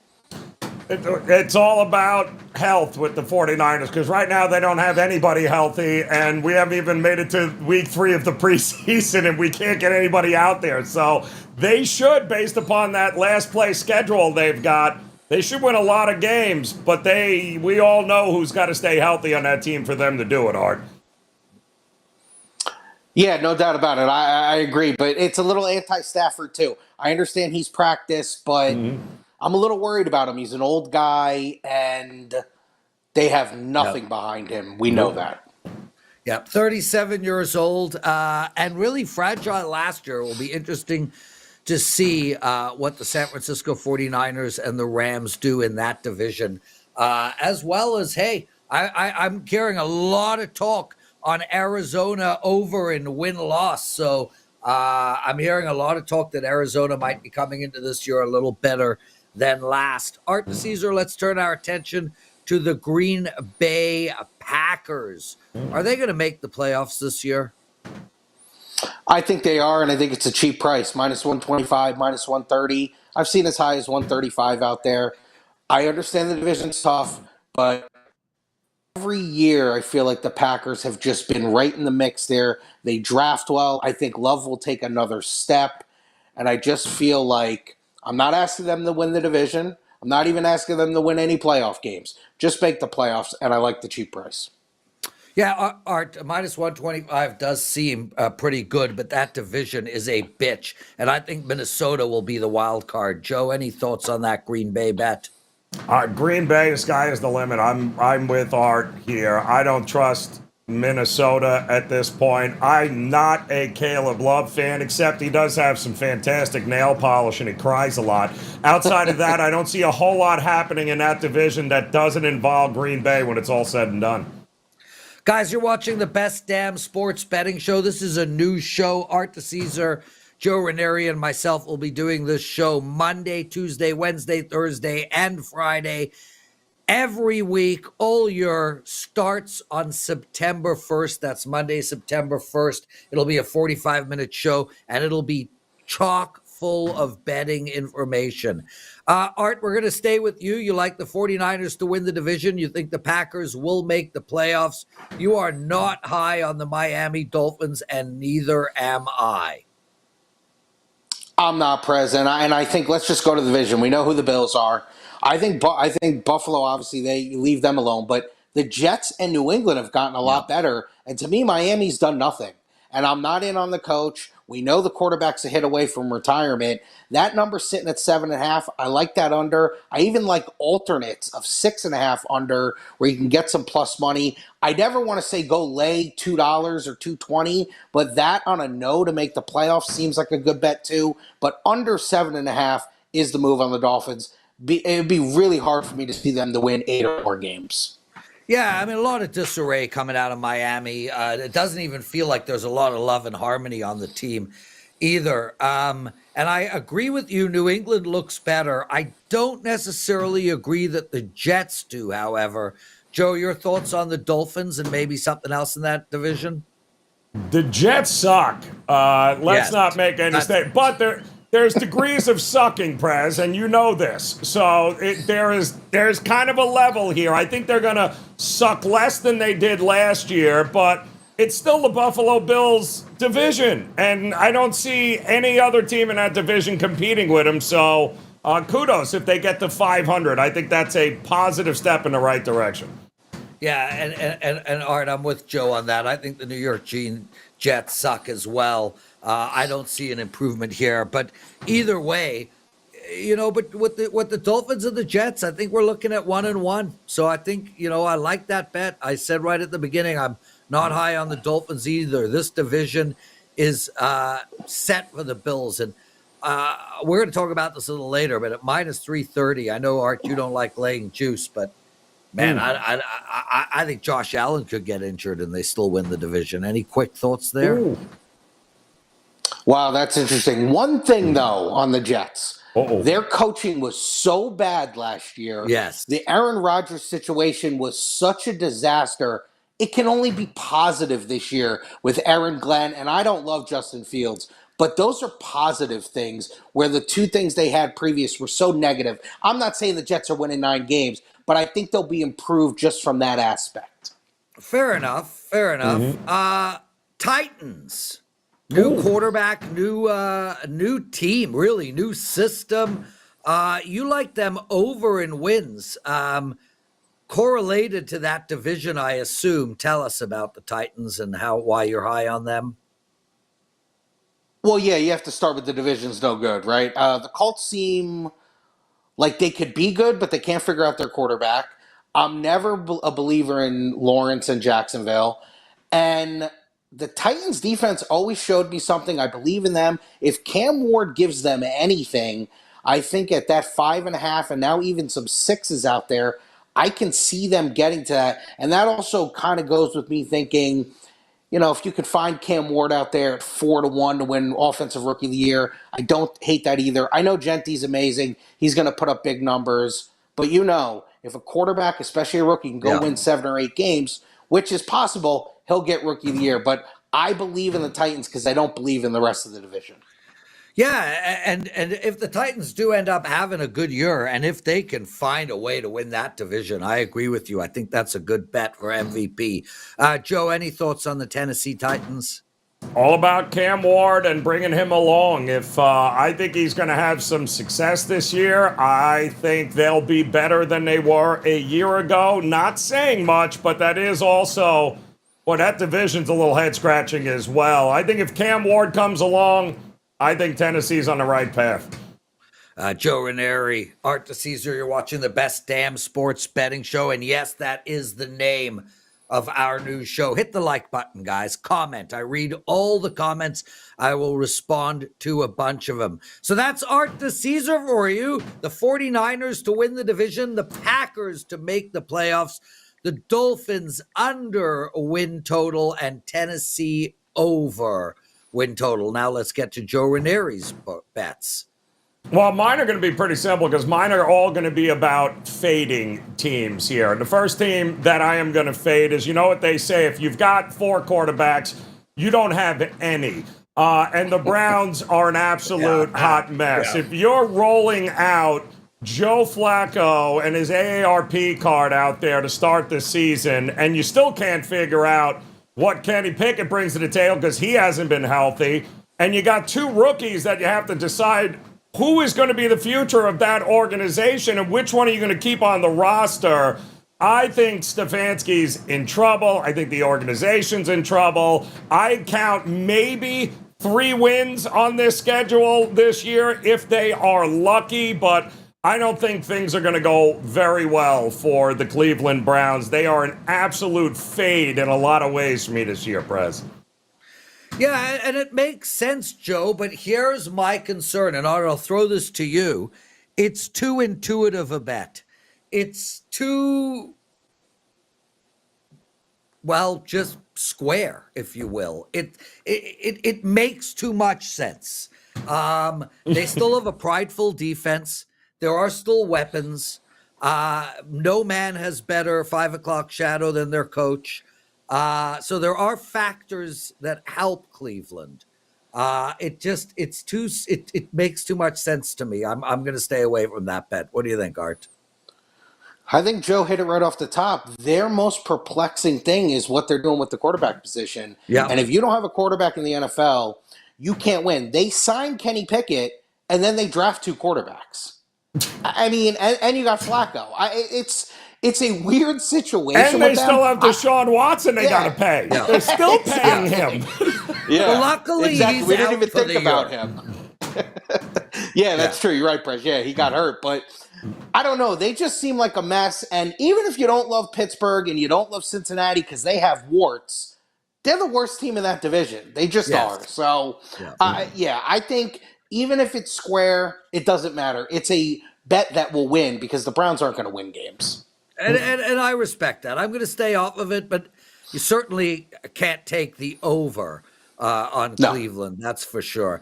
Joe, who else are you fading? All right, let's fade another team that can't figure out the quarterback position. I think we can all agree quarterbacks matter in this league. Coaching matters in this league. But if your choice is Danny Dimes or a quarterback who has to take plays off because he gets exhausted, you're up Schitt's Creek, Colts. I don't know what to tell you. You're another organization that can't figure it out. Anthony Richardson, huge talent coming out of Florida, played exactly, Prez, as much football as you have in your life. Little to none. He had 1 year at Florida under center, and then you threw him to the Wolves last year expecting him to be, I don't know what the hell they thought. They didn't have a choice, but they threw him to the Wolves. And now the kid he doesn't know who he's throwing to. Yes, he's got the best, he's maybe one of the best athletes on the field. But above the shoulders, he's not there. He's not ready. And Danny Dimes, we all know, is not going to bring you to the promised land. Very winnable division. The problem is they're going to have to do it with everything else other than quarterback play because they're not going to have it. I am not very high on the Indianapolis Colts this year. I think, once again, it's Houston and an improved Carolina team as well that are also going to be up much better than people think, but not with Indy this year. Yeah, and Art, we spoke about Tennessee, and you feel like they're going to be an improved team. I mean, this Indy team, I'm with Joe on this. I think this team is going to be very bad. Under 7.5 wins, -110. That seems like a good bet to me, Art. Are you with us? Yeah, I mean, listen, I'm pro Tennessee, and as a lifelong Giant fan who saw plenty of Danny Dimes, he's probably their best option. Yeah, he will. He's He will probably be. better than Richardson. Yeah. I mean, he's won a playoff game. That's not saying much. Richardson's a disaster, and I think the improvement of Tennessee and just that the Colts can't figure out their quarterback position, of course I'm pro that. Yeah, it's hilarious. Sitting up in Toronto, we're hearing all this, it's time for Anthony to come to the CFL. Anthony cannot make the CFL. Just want to get that out there. He is not. I know Americans think the Canadian Football League has got a bunch of scrubs. He cannot make starting quarterback in the NFL. His pass completion percentage is simply too low. Nope. Joe, how many more fades you got for us? Well, I'll stick to those two fades, but I will talk about a team that I think is going to go up and over their win total, and I do see improvement. And I mentioned it's the Carolina Panthers here. Yeah. We watched in real time it click for Bryce Young. We saw it a couple of years ago with Jordan Love and Green Bay. We saw it just click, right? It was a tale of two halves for Bryce Young last year. You bring in Canales to be the guy to save him, to see if he can actually be a franchise quarterback. He gets benched after the first couple of weeks for Andy Dalton. Then he's got to be brought back in because Dalton is a train wreck and gets run over and gets hurt. But something happened those last 7 games, 8 games of the season with Carolina and Bryce Young. It's like the game slowed down for him. I think he's going to take that next step. We've seen Jordan Love do it. I think Bryce Young is next. Their whole problem last year was defense because they didn't have any. A lot of draft capital, a lot in the offseason here. They've addressed it. I think that's a very winnable division, and I would not shock me at all that Carolina has got more than, the 6.5 wins they're on the books for here, Prez? Yeah, 6.5 to the over, -130. I'm going to stay away from that bet. I think it's right around the right number, but I do agree conceptually that we are going to see an improved Carolina team. And again, we're talking about a team in a weak division. I think we're going to see a regression from Tampa Bay. I can't figure out Atlanta. And I think New Orleans might end up being the worst team in football. So I don't disagree with you, Joe. I don't think I'm capable of getting to the window. Art? I'm with you, Prez. I don't know if I'd go out and bet it, but they feel like Tennessee a little bit. The quarterback, obviously, it's a different situation, but I love that the coach kind of went back to him and kind of stayed with him in that mode. Like, hey, we're going to figure this out. You're our guy. They went and got that big receiver from Arizona in the draft who looked, early on in mock drafts was like a top 2-3 pick. They get him at 8 or 9. So that will help his development as well. The division's really not that hard. I don't know if I could get there saying, hey, I'm going to go bet 7 or more wins because it's a 6.5, but Carolina should be improved if Bryce Young continues on this track. Art DeCesar from the Westgate, Joe Ranieri. You can hear him on the Sports Grid Network. And of course, me, Lawrence Presman from WagerTalk.com. You can see the show Monday to Friday starting on September 1st. We'll be doing this daily. And this show, guys, on a daily basis, it's going to be very quick. We're not going to delve into massive big game breakdowns. This is about fast, tight betting information, exactly like what you're seeing on the show currently. Guys, I've got 6 future bets I'm making as well. My first one is San Fran to win the division at plus 150. Art, you started the show with that bet. This is my favorite future bet on the board, period. This is an actual client play. Joe, we spoke about the injuries, and I am with you, and I get it. But I look at this division, and I think to myself, Seattle is going to be a mess. I like the under in wins. I think Arizona is going to be slightly better, but not good enough. I think we're going to see a regression from the LA Rams offense. So I don't think they're going to be as good a team as they were last year. And I think with Debo going away, I think we have a San Fran team that recognizes the window is about to close. I think we get San Fran's best this year. Is it enough to win the Super Bowl? Who cares? But it's enough to win the division at plus 150. I know we've both spoken about that already, so let's go right into the New York Giants. Art, this is your team. I like under 5.5 wins. I feel bad for Dable. I don't understand what that team is doing. They decided to get rid of Barkley to keep Dimes. Then they got rid of Dimes, and now they have Wilson. Wilson is not relevant anymore. I can't name a whole bunch of players on that team, and I live, eat, and sleep this sport. And I think their division is better than most think. They got Philly and Washington, plus Dallas we'll talk about in a bit. I like under 5.5 wins on the Giants. Art to Caesar. Listen, I am a lifelong fan, but I look at it like this. And yes, they probably are the worst team in the division. Their defense is going to be much improved. Yeah, they're the worst team in the division. The schedule is brutal, but they will be much improved on defense. I think the interesting thing is, when Eli was a rookie, they were 5-3, 5-4 with Kurt Warner. They benched him. They went to Eli. Do they do the same thing with Jackson Dart if they have 3 wins, if they're 3-5? What's the move with Jackson Dart? I know Russell Wilson's there. I know Jameis is there. I think you'll see an improved team because of the defense, and I think there's going to be opportunities to bet them at big spreads because their defense will keep them in games. But, Prez, I can't argue with going under their win total, but they're not going to win 2 or 3 games. They'll be right at that number, 5 or 6 wins. Joe? I think you guys are nuts. I think you are way underestimating the what the capability of this team is. Just watch what you've gotten so far with Jackson Dart. We're talking about this is a kid that gets it. This game has slowed down already for Jackson Dart in the preseason, so much to the point where Russell Wilson can't mail it in now, if you guys have been watching. Russell Wilson is being pushed by Jackson Dart. The coaching staff knows it. And just watch the players around Jackson Dart when he is on the field. Watch how they react to everything that this kid does. He's a leader. He is absolutely the future of the New York Giants organization. And that defense is legit. I think Dallas is the worst team.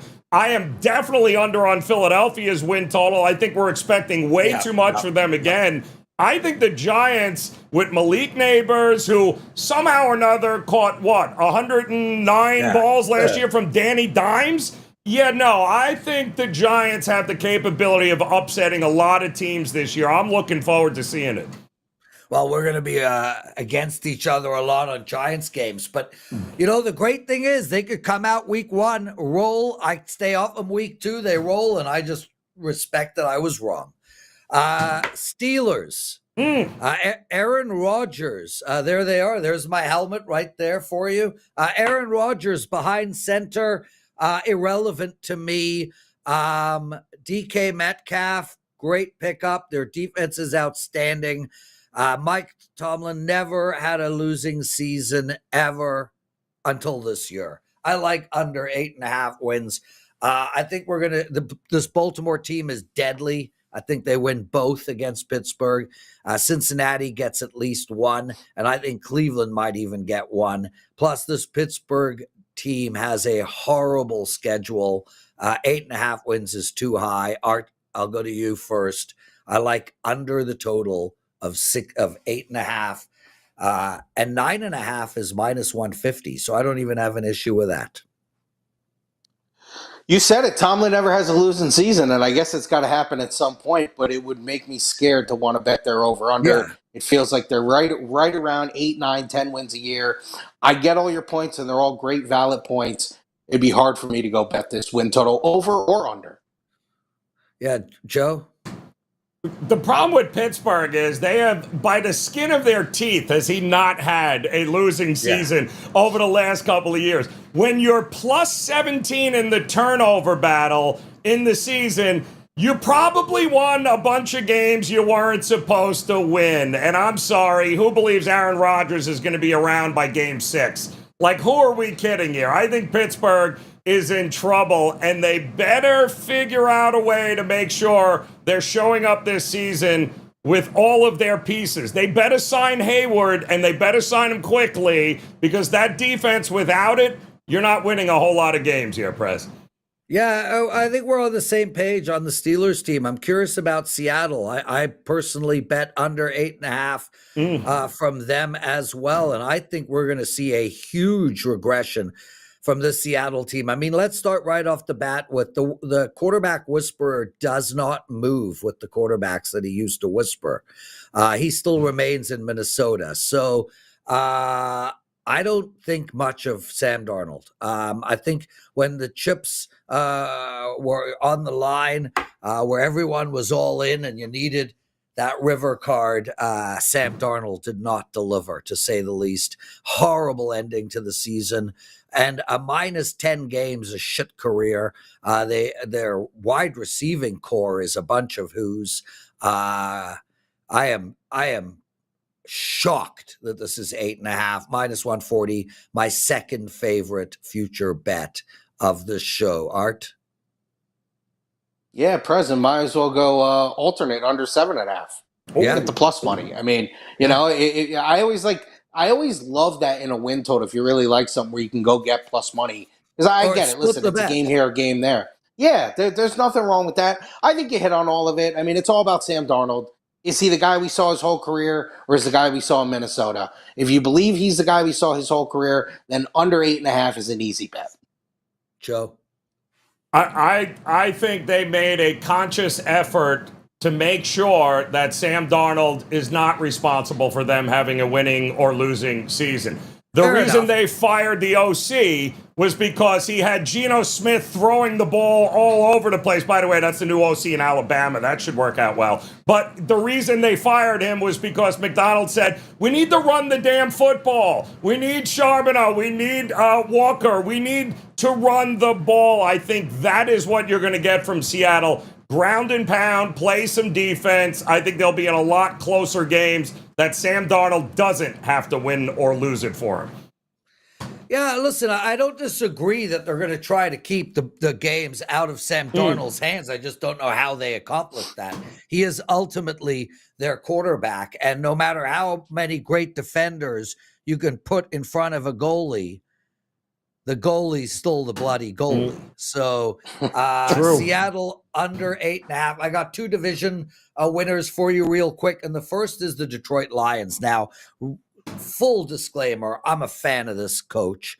And I also respect that they might have the hardest division in schedule in football. With that said, I'm in love with this team, and I think we saw that they get up for these games. They are at their best right now under Campbell, playing the best teams in the league.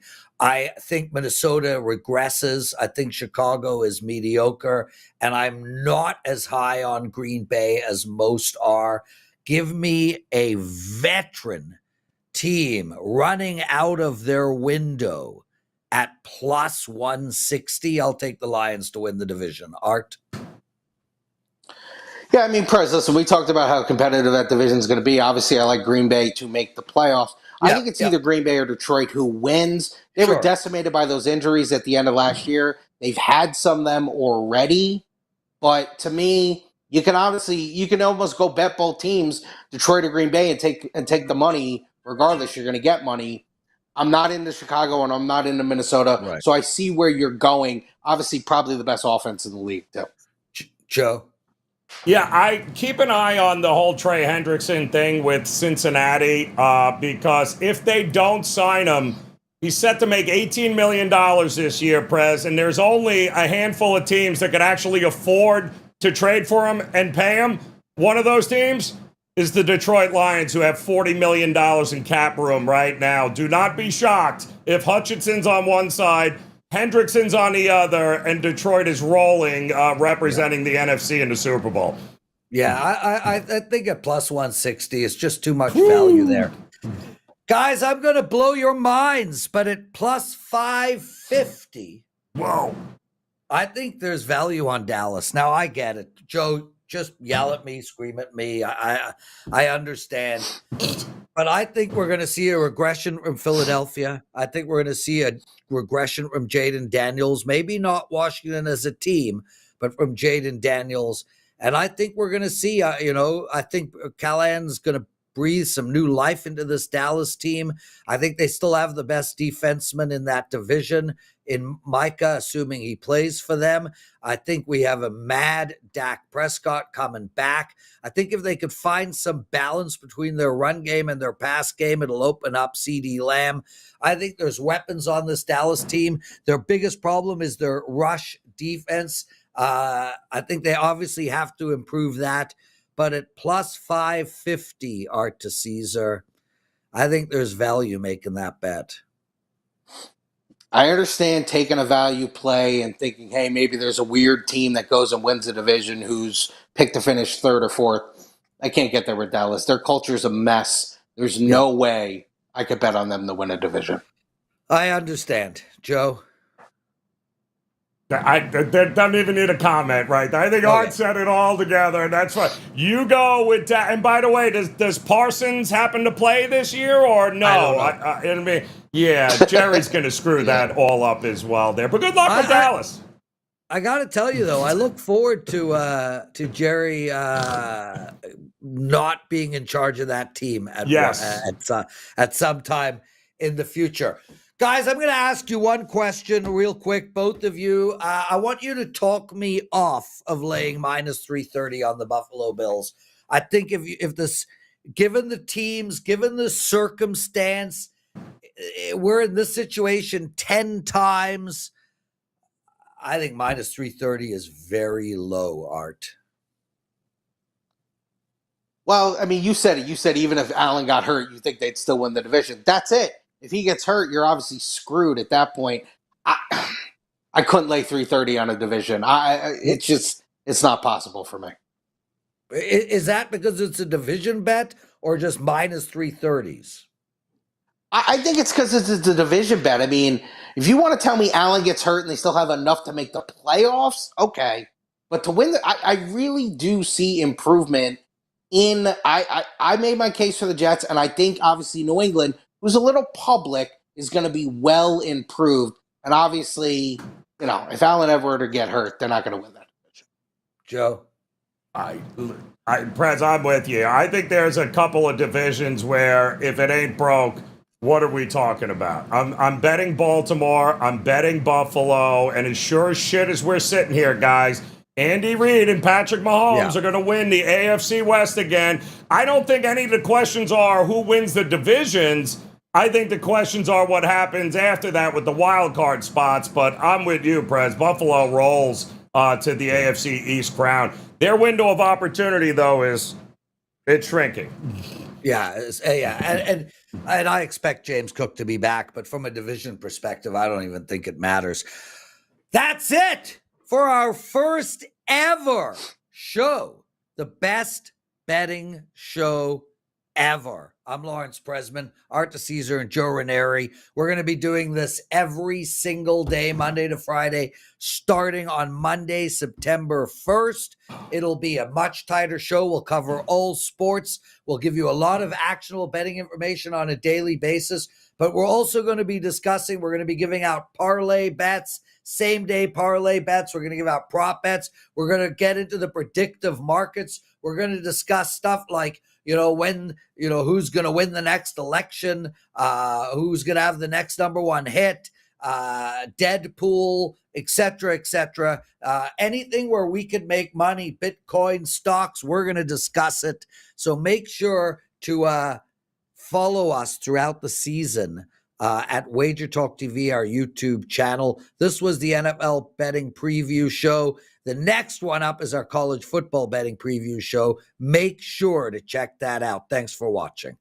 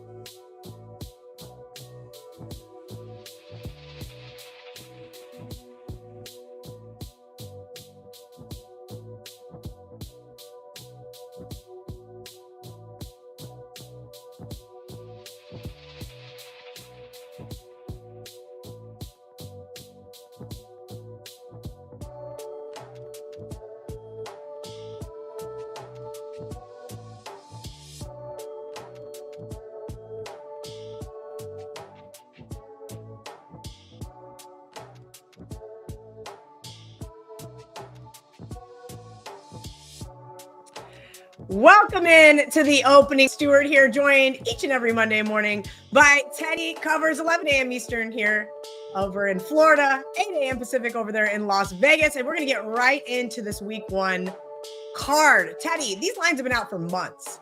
And I got this really cool prop that I was so excited about using because emergency betting alerts so that we can let you guys know that you need to be getting in your bets now. But Teddy, this week may be a little light because we have a lot of stale lines. Yeah, though, I mean, 2 lines just moved, so we'll talk about it, or in the process of moving. So, I mean, Monday morning is betting time. And obviously, of all the shows that we do this year, this is going to be the show with the least action going on while we're live on air. The reason that we're going, we pushed the show an hour earlier this year is that we could capture these line moves in real time. We could give you a little heads up, perhaps ahead of time on a handful of these. That's the point of the emergency betting alerts, is to make sure that if you want side A or total A, you can get it at the current number that's not likely to be there much longer. But when we're talking about lines that have been out since May, obviously for today on Labor Day, and then it's also a national holiday, you know, it's not going to be a day where the screens lighten up all the time. But I just saw a little bit of movement on 2 games, so we'll talk about it when we get to them. Amazing. That's worthy of note. But starting next Monday, all right, where it's not a national holiday and all the lines are going to be, you know, the virgin numbers that we get to attack right away, we'll certainly be having emergency betting alerts in bunches. So next week should be a whole lot of fun. Today should be a whole lot of fun. We're going to talk about what happened this preseason, how it affects the numbers, some of the long-term trends and angles for week one, and see if we can Teddy, I may even throw in a little survivor talk for all of the contest people out there, because I think week one is exceptionally hard, and maybe I need some advice on who might not lose their game as a touchdown favorite here. All right, guys, get up in your odds screen, whether that's Odds Logic. You can use oddslogic.com/Kelly in Vegas for a week trial, or you can go to the free odds screen on WagerTalk.com so you guys can follow along with what Teddy and I are talking about in terms of these line moves. Thursday night football, Teddy, Dallas, Philadelphia. We didn't see Dak Prescott or Jalen Hurts play a single down in preseason. We have no Micah Parsons now for the Dallas defense. Break down this game for me, because it sure looks real easy to tease Philadelphia this week. So if you don't have, by the way, an Odds Logic live odds screen, Kelly's talking about going and follow the games in rotation order, get one right now. You get a free 7-day trial to get you through till next Monday. So it's an advantage to do it on a Monday in that sense. Oddslogic.com/Teddy. Get your free 7-day all access. Plain and simple. Again, oddslogic.com/Teddy. Or just visit oddslogic.com and check it out. It really is a good live odds product. And again, I'm seeing on X now more and more people talking about it, more and more people saying this is the best live odds product out there. So I'm impressed with what they've done behind the scenes with Odds Logic and our live odds product with Dallas and Philadelphia. So starting next week, I'll have the look ahead line, I'll have my power rating line, and I'll have where it opened and the current number. So I give out 4 sets of lines for every game. For today, we didn't have a look ahead line. So you don't get 4 sets of lines. That being said, my powering number for Dallas Philly is Philly -8. The markets opened this game. It was 7 all summer, then moved down to 6.5 in August. This past week, it moved back up to 7 and then up to 7.5 at a lot of book after the Micah Parsons trade. Now, you talked about it, Kel. Neither quarterback played a down in preseason, Prescott or Hurts. And in general, the markets like A, divisional underdogs, B, divisional unders in week one. This is just for week one, but divisional dogs and divisional unders, and divisional home dogs in particular, but unders and dogs in these division games, we would expect the money to flow. And this is going to be a theme of today's show. The long-term trends show week one divisional games stay under, and the long-term trends say divisional underdogs, particularly home underdogs in week one, are worthy of a look. That said, this game with a divisional underdog and has been trending over the total, was 46.5 all summer, moved up, let's call it 47.5 this past week after the Parsons trade. And this has a lot to do with what, A, we got veteran quarterbacks, so you're not worried about guys that didn't see the field as much. But B, you have concerns a little bit about both these defenses, Dallas without Parsons and Philadelphia with a lot of new, people aren't talking about how much change the Eagles defense had in the offseason when it came to jettisoning some of the veterans and giving more playing time from the newcomers. So the Phillies defense is younger than it was when they won the Super Bowl last February, and Dallas's defense has their fair share of question marks. Last year, Philly won 34-6 and 41-7. They had no problem moving the ball against Dallas in either meeting. They had no problem stopping Dallas in either meeting. That being said, Dak Prescott didn't play in either game. It was Cooper Rush both times. In 22 and 23, Dallas and Philly split the two meetings.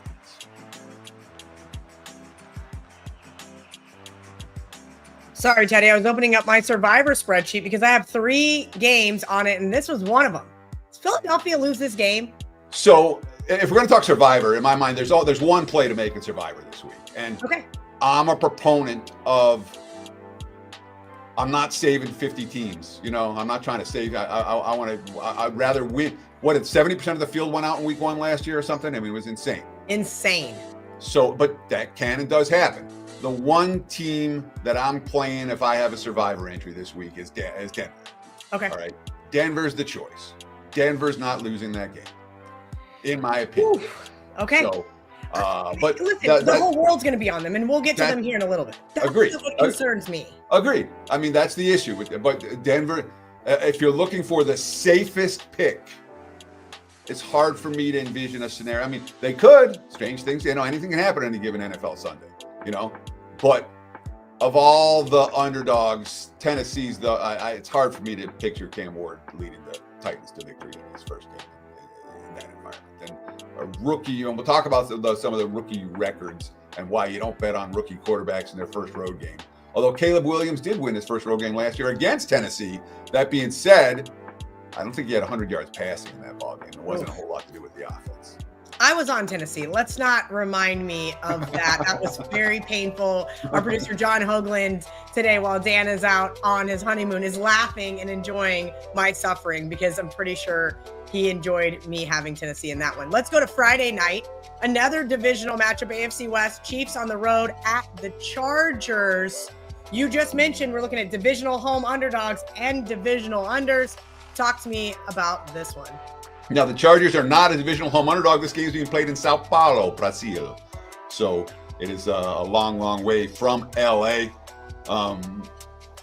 My powering number has Kansas City minus 3.5 in this ball game. This line was basically 2.5 all summer. It moved to minus 3 the first week of August when it was right after Rashawn Slater got hurt, the left tackle for the Chargers, the bookend left tackle who's supposed to be protecting Justin Herbert's blind side all season.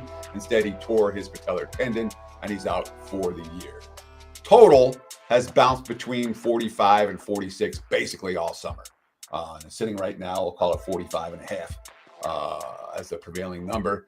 Kansas City is 7-0 straight up the last 7 meetings. If you took +3 with the Chargers in those 7 meetings that the Chiefs have won all of them, well, 5 of the 7 have been decided by a field goal or less or an overtime. So you've done just fine taking +3, even though the Chiefs have won all these ball games.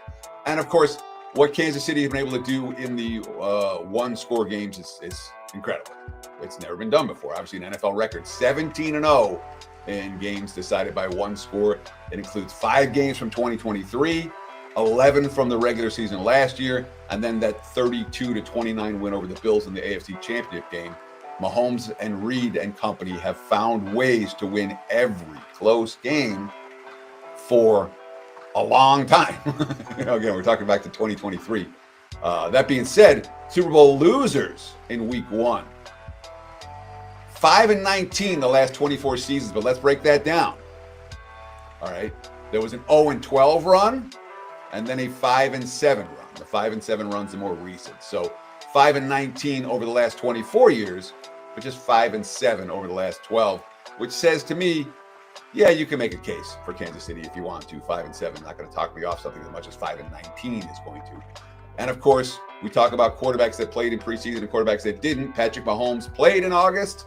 Justin Herbert did not. Advantage Kansas City when it comes to week 1. Yeah, Teddy, playing against that Super Bowl loser has been a fun one for myself. Let's get into Sunday football. Pittsburgh Steelers at the New York Jets. Let's kind of break this one down for me. These are two teams I think are going to take steps back. I know that sounds impossible for the Jets to take a further step back. Aaron Rodgers, same age as me. Justin Fields, well, here you go. So my powering number for the game, Pittsburgh -2.5. This line opened 3.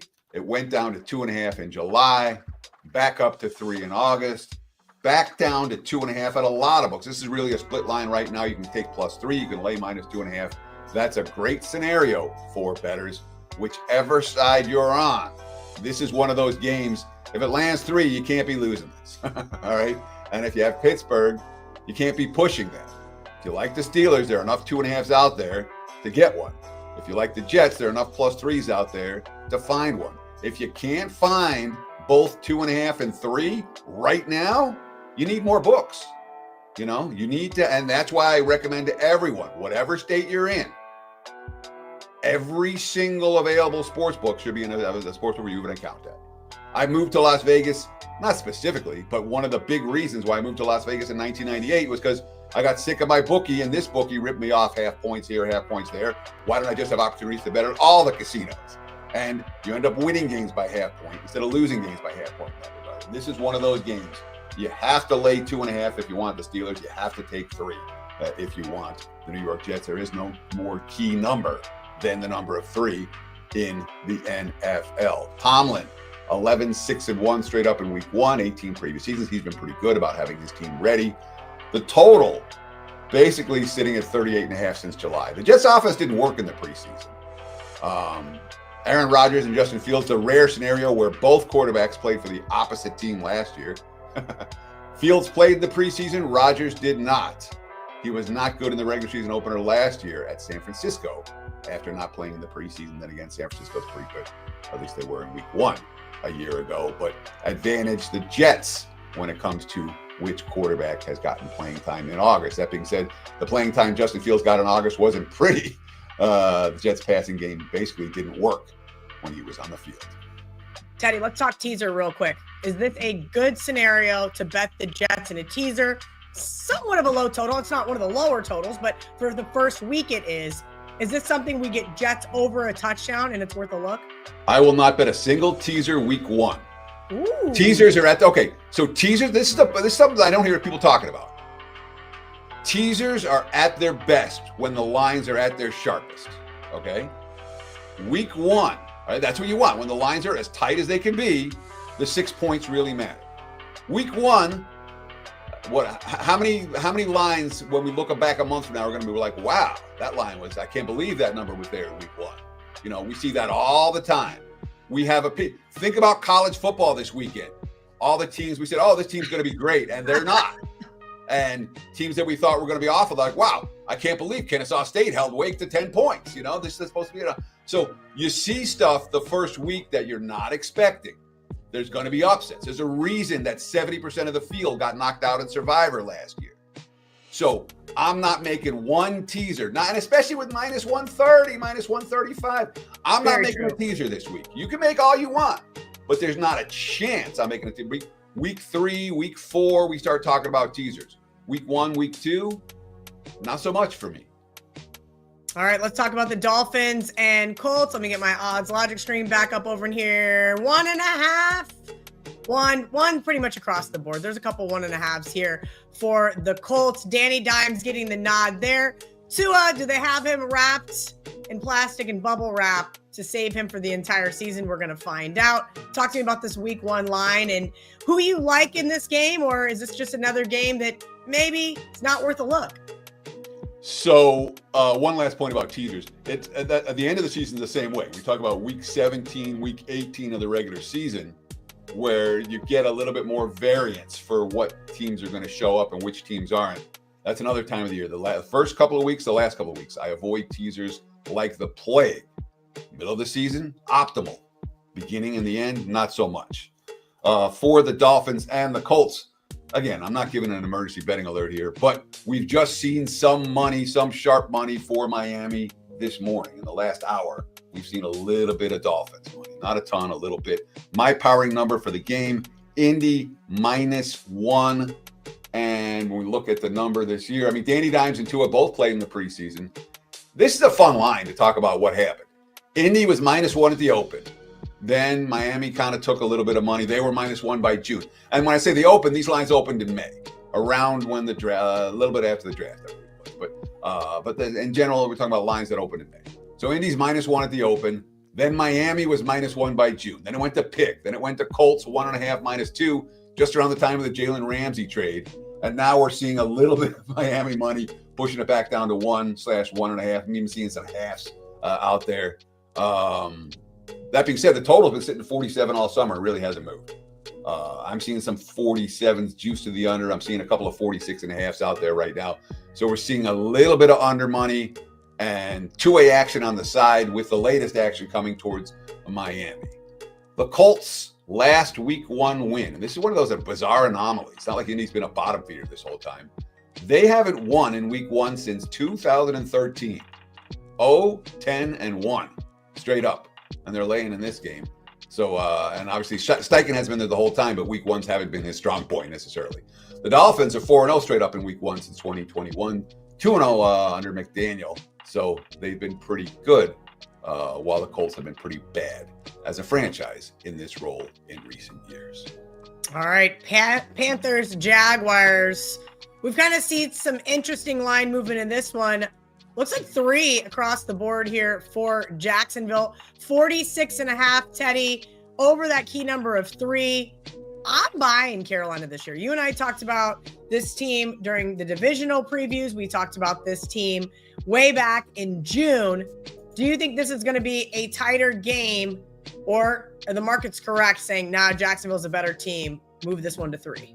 And just this morning, it's really interesting. We've seen some money for the under, 46.5. Now pretty much the number everywhere. My powering number for the game, and again, I'll give you my powering number. These are just they do not factor in situations, which matters later in the season. This is just Team A versus Team B, factor in home field. My number is Jags 4 over the Panthers, so I'm perhaps not as high on Carolina as you are. I still got Carolina ranked as one of the worst teams in the league.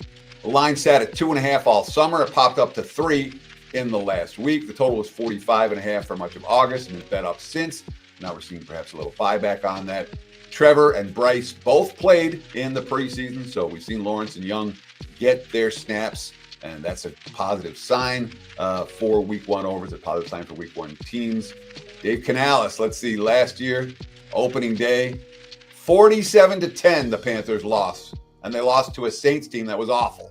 So Canales did not have them ready on opening day last year. Liam Cohen, his first game, first-year head coach, and that's much more of a 50-50 proposition when we talk about the first-time head coaches in their first home game as favorites. All of that, it's not a clear prevailing trend for teams, for guys like Cohen. That being said, it's 3 pretty much painted across the board right now, and that total 46.5. So, you say, oh, I could have laid 2.5 with Jacksonville. Oh, I could have laid 2.5 with Jacksonville.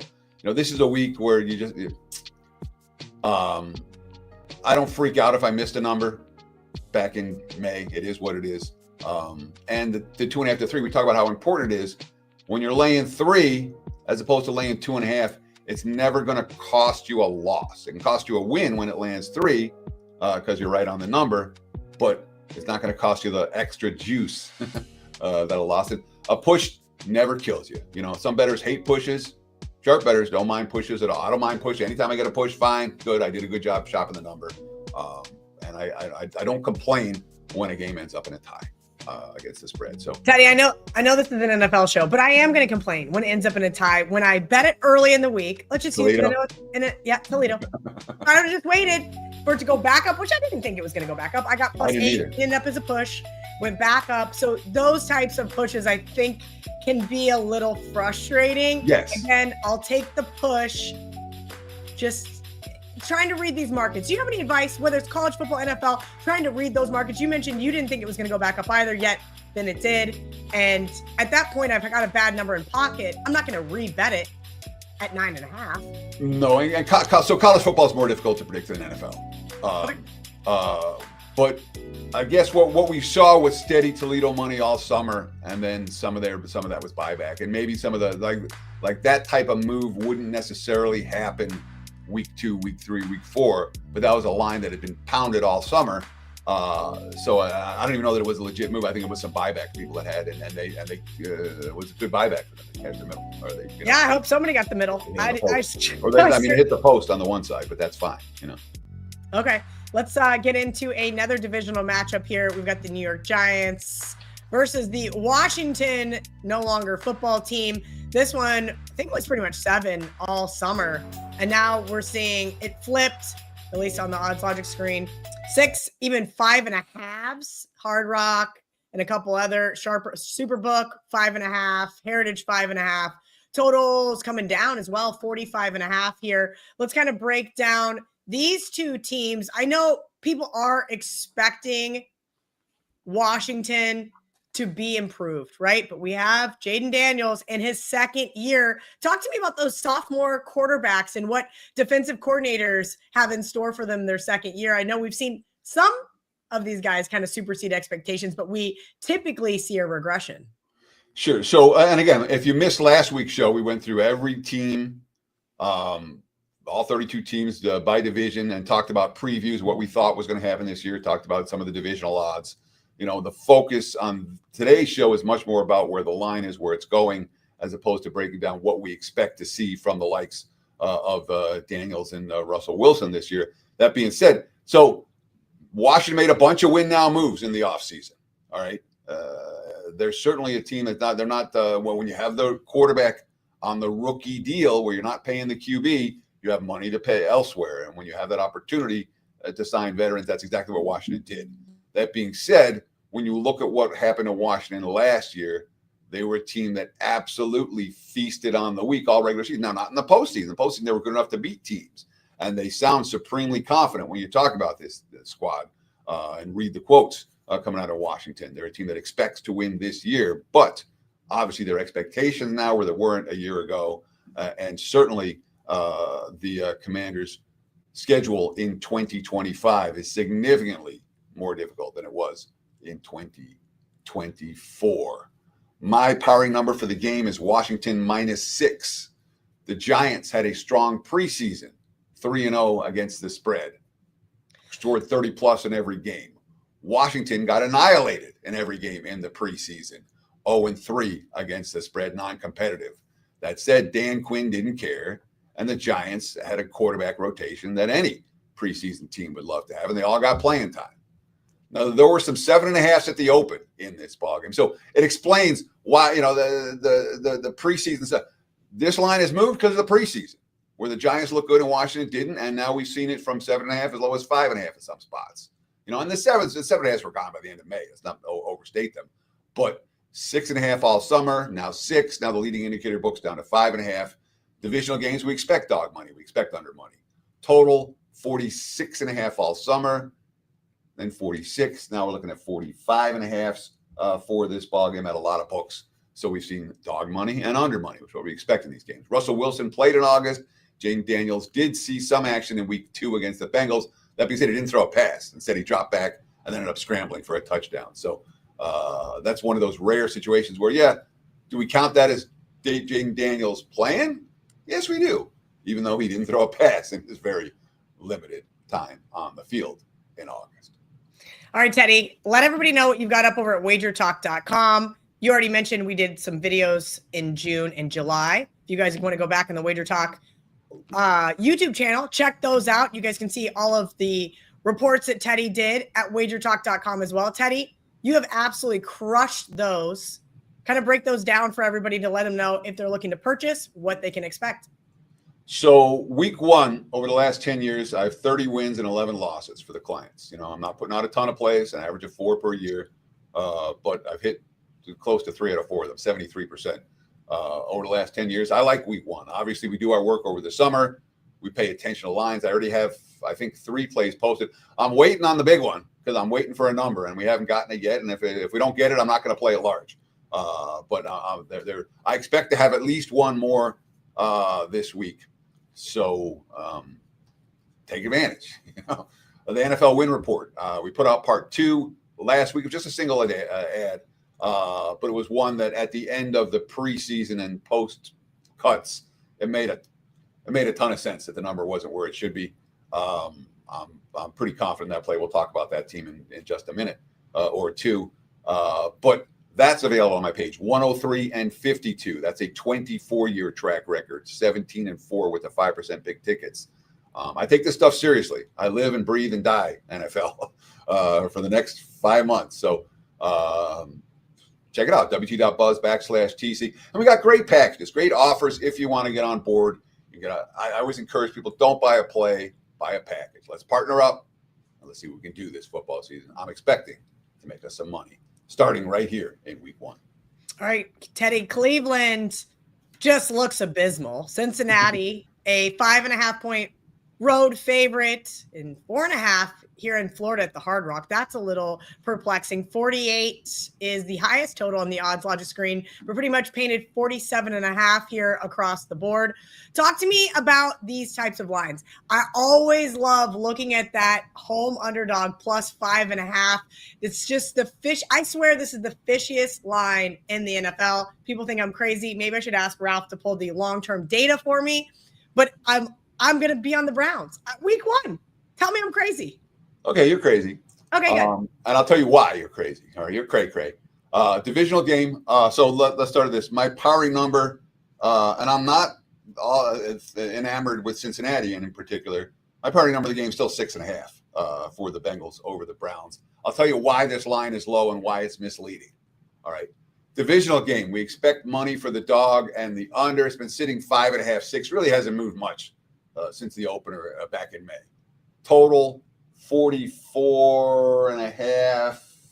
Sorry, 40. That should be 44. That should be 47.5. That's my typo. 47.5. There's been a slow, steady flow of over money. The markets don't trust this Cincinnati defense. They got gashed in the preseason. They were bad last year. But this is what the markets are missing in terms of Cincinnati's defense. Every quote coming out of the Bengals camp was, we're not showing anything from our brand new defense. We're bringing out Golden from Notre Dame. Notre Dame's defense wasn't as good yesterday. Did you notice? Bringing out Golden, and they didn't do anything in August. They didn't show anything, but basic vanilla coverages. So everyone's saying it's the same Bengals defense as last year, the same Bengals defense as last year. I don't think it is, but they looked and they got gashed in August. I think they'll be better in September. I do. Legitimately better. And I think the markets are missing the nuance of what we saw from Cincinnati this summer. And Flacco's certainly an over quarterback for Cleveland. Flacco's a guy who's going to chuck it up and let his receivers make plays. Does Cleveland have any receivers that can make plays? I haven't seen any. 2 meetings last year, Cincinnati covered -5 and -5.5 and -10. Both games stayed under. This has been a very under series, only one over in this series since 2021, 5-1-1 to the under the last 7. Flacco did get a little bit of playing time against the Rams in week 3 of the preseason. Burrow saw plenty of, and Burrow was in multiple games. And boy, that offense looked good with Burrow on the field the first 2 weeks. So if you like Cincinnati, in theory, you're getting a bargain price because the wise guys don't trust their defense. Their defense might be better than last year. It might be better than they looked. That being said, and the Bengals are a team, the depth isn't there for Cincinnati. They're probably going to be at their best in September. You know, they paid all their stars, which means the bottom of this roster is dicey. So Cincinnati, while healthy, may well be a bet on team. We'll see how healthy they stay because the backups on this squad leave something to be desired on both sides of the football. I just wanted to take a moment to thank all of you guys for hanging out with us here on Labor Day Monday. Teddy and I are going to be here every single Monday. Almost 2,000 people watching on my X, almost 1,000 on WagerTalk, and almost 1,000 live on the YouTube channel. So shout out to all of you guys. Jump in, join the comment section. It's rowdy already. Teddy's scolding me. People are appalled the fact that Teddy would scold me. Guys, I deserve to be scolded a lot after my college football picks this weekend. That being said, Teddy, let's get right back into some more NFL. Vegas, New England. Okay, I'm going to start off by saying this. I considered zigging, not zagging with the survivor pick and going New England. This is going to be one of the few times they are a favorite this year. Line was 3 all summer. Now all of a sudden 2.5 start popping up. Woo!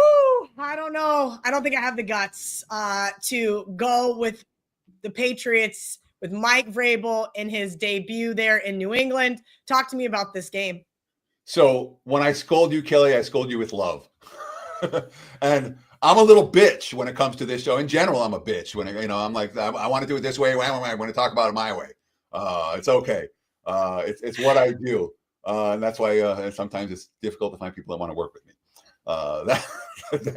That being said, for the Raiders and the Patriots, my powering number is New England 2/2.5. It's actually 2.25 for this ballgame. The line was 3 all summer. The 2.5s have been popping the last couple of days.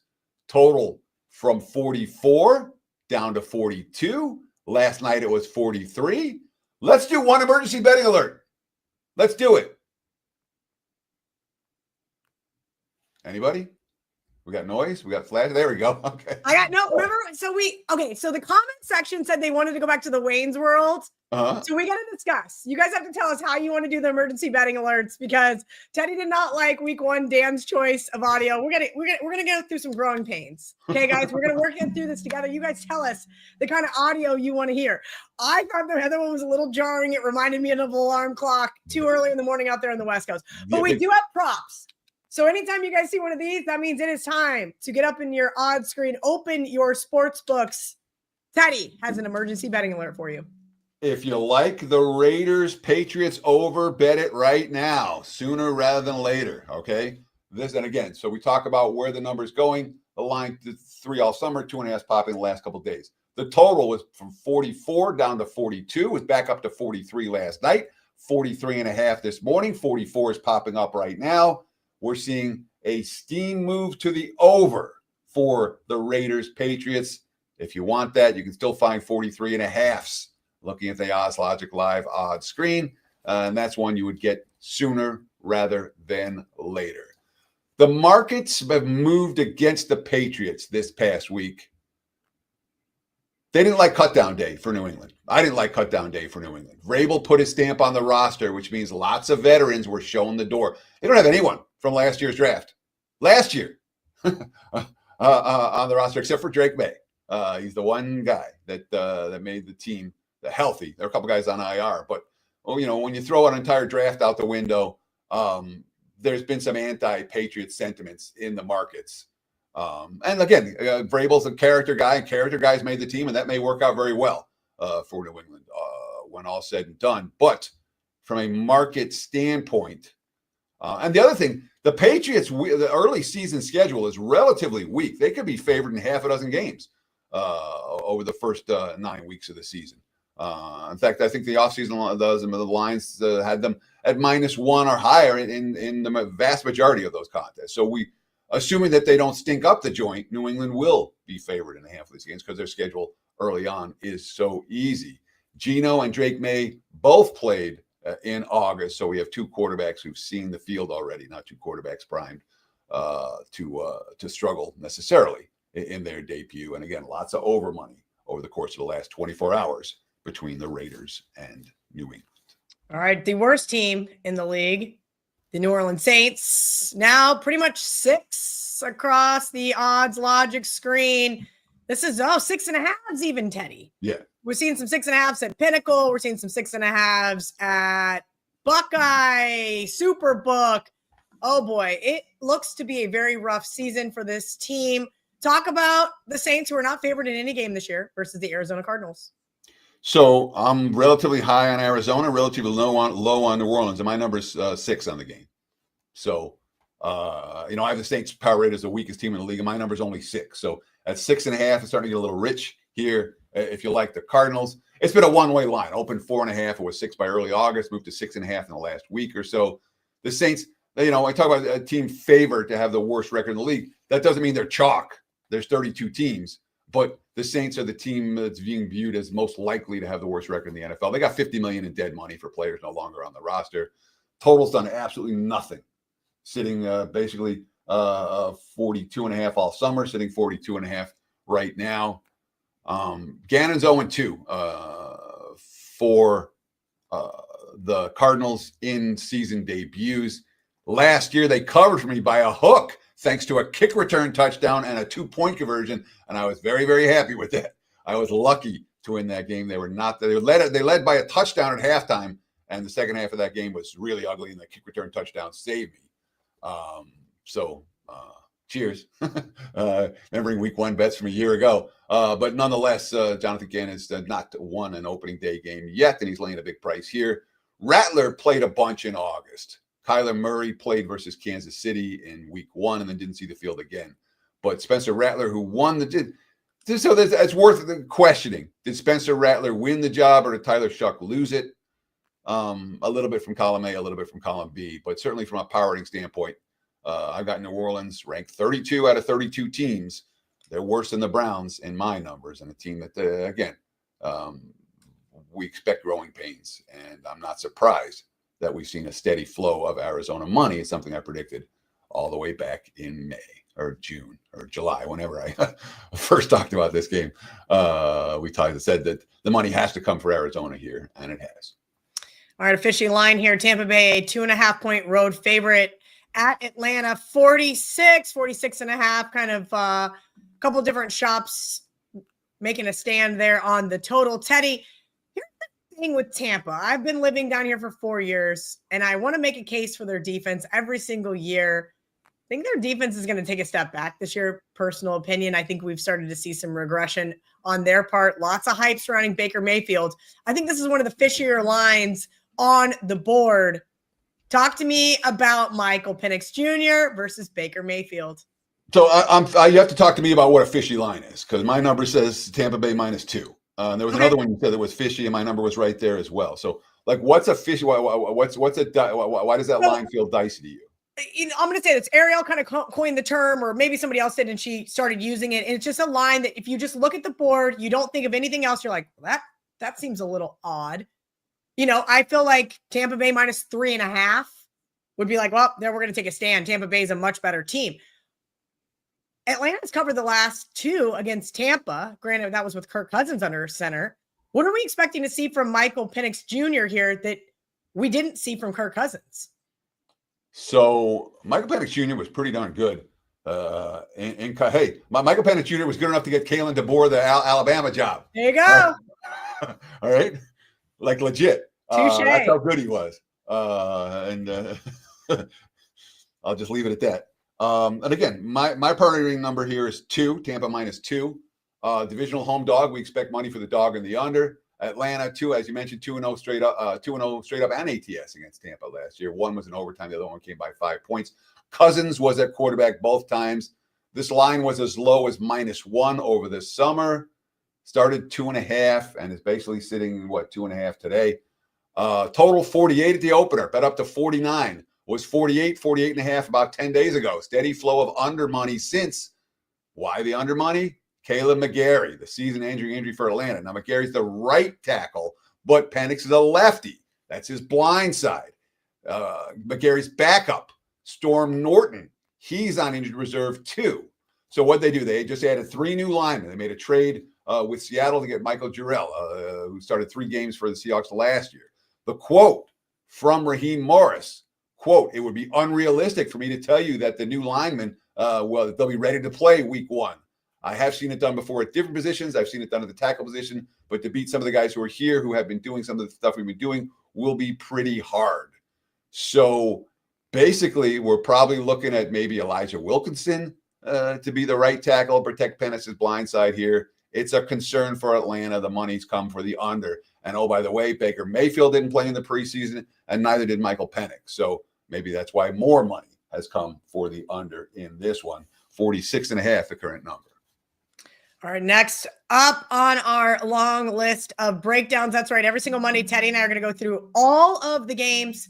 This is the game that everybody's going to play for Survivor, Teddy, and it makes me uneasy. I don't think there's not a difference. I should take out that K-State helmet. Let's just be real. I'm going to take out the K-State helmet and replace it with the Denver Broncos helmet right after the show. But it does kind of concern me. We mentioned sophomore quarterbacks, Bo Nix in his second year there in Denver, Sean Payton. Now we're seeing 8th pop up, right? We saw 7.5s for a better part of the summer, 42.5. Talk to me about Denver, Tennessee, Teddy. So my powering number on the game, Denver -9.5. 9 of the Broncos' 10 wins last year came by 9 points or more, 2 scores. All right. Now let's talk about this line right now. It went 7.5 to 8 after preseason in the last week. There are books that are worried about, we call it teaser protection lines.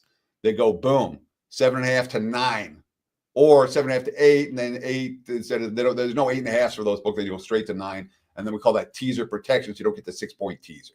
So we'll call 8 the prevailing number. There's 9s out there for teaser protection books, and there's still a couple 7.5s out there for Denver. Total hasn't moved one iota from the opener until this morning.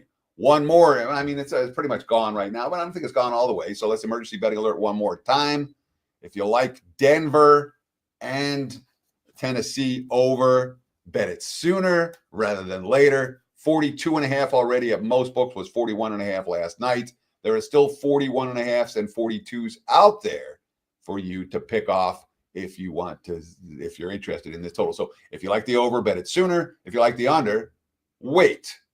Bo Nix played in 2 preseason games. Cam Ward played in all 3. So we have 2 quarterbacks who are ready. And of course, we have rookie QB in Ward making his first career road start. They have not done particularly well. Prior to Caleb Williams' win last year at Tennessee in week 1, rookie quarterbacks 0-7-1 ATS in their season openers over the previous few seasons.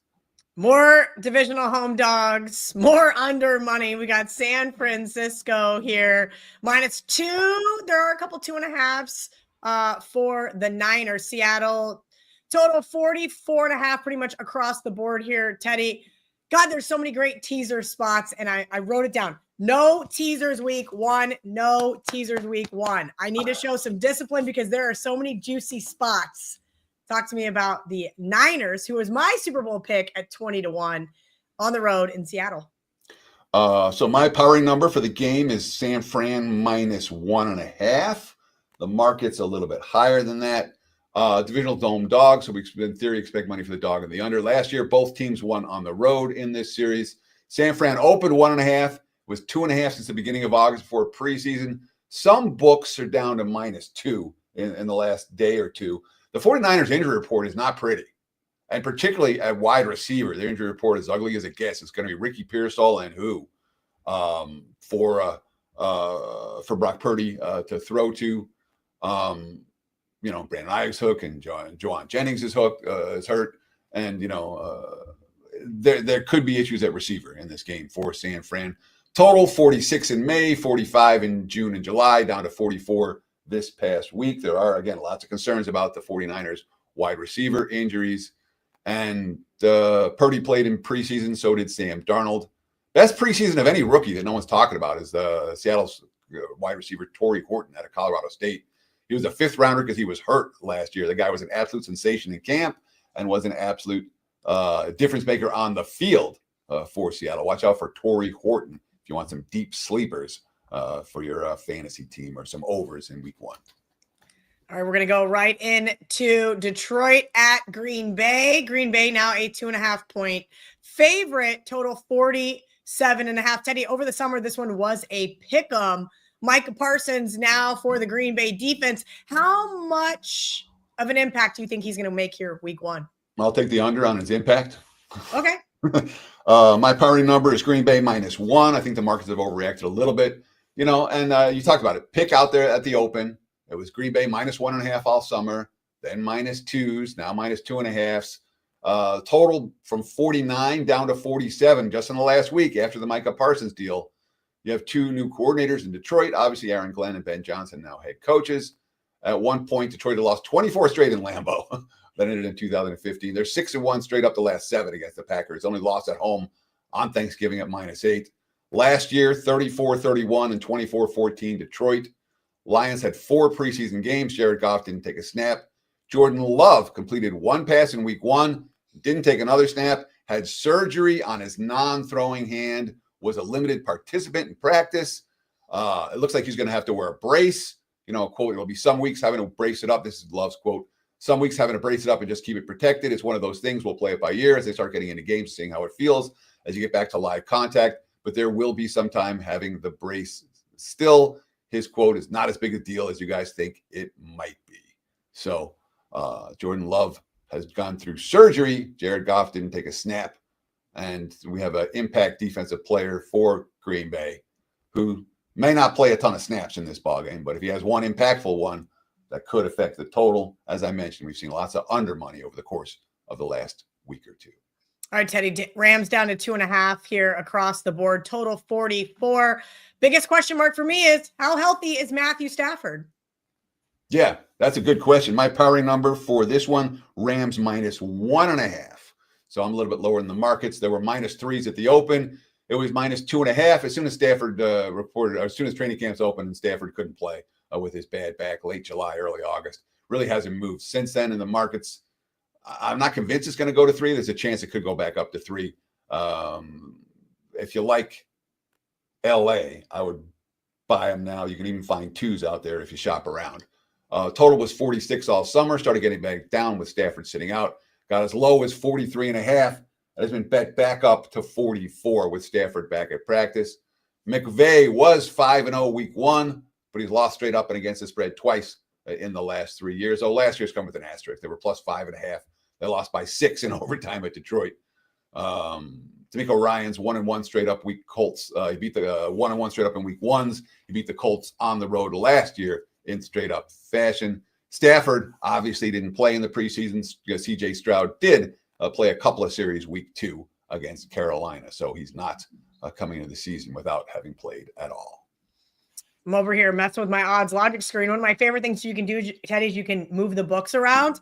And I made the mistake of letting Brett use my odds logic screen on my computer, and he screwed up all my books. No wonder I'm having problems. I'm going, wait, no, why is the Hard Rock over here? Superbook should be here. Circa. Okay. I digress. I digress. AFC potential preview, Baltimore, Buffalo. Pick them at both Superbook and Circa. Pinnacles, Baltimore -1. Hard Rock, Buffalo -1. 50.5 is the total. So my powering number is Buffalo -1 for this ballgame. And let's do one last. I didn't know if we'd have a bunch of emergency betting alerts. We have a couple, and they're all to do with totals. Let's emergency betting alert this total right here, right now. Doodly-oop, doodly-oop, doodly-oop. I'm telling you, we're bringing back next week. I already messaged him on Slack. When Dan's back, he has to bring back the Wayne's World music. The comment section has spoken. I love it. I'm on. That was my. That was the first thing that came to mind. The very first time we did it, I'm like and I'm like, all right, that works for me. And Wayne's World, even the movie hasn't really held up, but the cultural reference still has. I would agree with that. Yeah. So anyhow, my number is Buffalo -1. Power ratings wise, this total, however, is worth talking right now. Highest total on the board. This is the highest total on the board. It was 52.5 last week. It was 51.5 last night. I'm seeing 50.5s right now. There are still 51s out there. If you like the under for Baltimore Buffalo, bet that sooner rather than later. The money is flowing to the under on Monday morning here on Labor Day. Last year, these two teams played a couple of memorable games. The Ravens beat them 35-10 in the regular season, and Buffalo won 27-25 in the playoffs. That was a Mark Andrews drop 2-point conversion game for the Ravens. Buffalo -2 all summer, down to -1 in August, down to pick'em this past week. The market's certainly respecting Harbaugh. He's 11-5 straight up week 1. Lost to the Chiefs last year on Thursday night after the replay review negated Baltimore's touchdown on the final play of the game. McDermott, pretty good week 1, 6-2. Last year, I already talked about that 34-28 win against Arizona where they trailed at halftime, gave up a kick return touchdown, and still were able to win the game by 6 points. Josh Allen has played in every preseason every year. This year, Josh Allen did not take a snap in the preseason. Lamar Jackson did not take a snap in the preseason either. So 2 QBs who have not seen playing time in August. That too could be affecting this total getting bet down. All right, last but not least, Monday Night Football, Minnesota at Chicago. Chicago was -1 over the summer. Now Minnesota -1.5, total 43.5. Teddy, time to break our fill-in producer's heart. Tell me why Minnesota is such a better team than his Chicago Bears. Maybe. This game, I'm fascinated by this game. I really am, because let's talk about it. My number, Minnesota -2. The markets are 1.5 right now. And you know what's the number done? It opened, Chicago opened -1, got bet down to pick 'em in July. It's been Minnesota -2 most of August, and that's, there's 1s, 1.5s out there right now. So we've seen a little bit of Bears money. Total open 45, got bet as low as 43. Now I'm seeing 43.5s out there, so didn't get any lower than 43.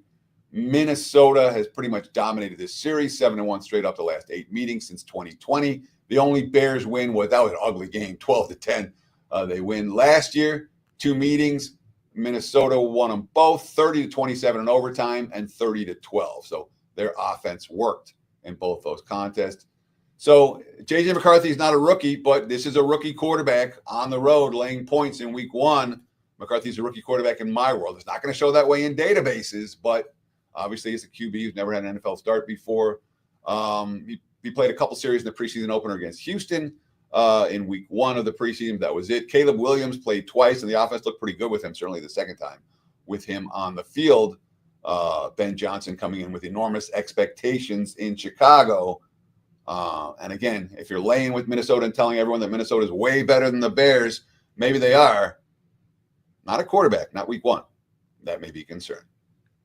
All right, guys, we have a few minutes left before we got to get out of here so that Wager Talk today can get started. Teddy covers. Anything you'd like to leave us with before we get out of here? It's week 1. Don't lose your bankroll. That's the most important thing for recreational bettors to consider is bankroll preservation. All right. You want to be in action. So if that means you have $100 to bet less, bet $10 a game. Give yourself something to play for next, because Okay, for reference, Eddie, how many games do you have premium plays up for this weekend at WagerTalk? Right now I have 3. I expect to have at least 1 more, and I may have 2 more. Okay. So it's not, but that's my standard volume. I'll go in an NFL usually between 3 and 5 plays a week. And that's pretty consistent. There are weeks that I just can't find 3. There are weeks that I like 6, but in general, 3, 4, 5 plays is what a week is what I'm going to release for the clients. That's what I'm going to bet myself. I give you guys what I bet.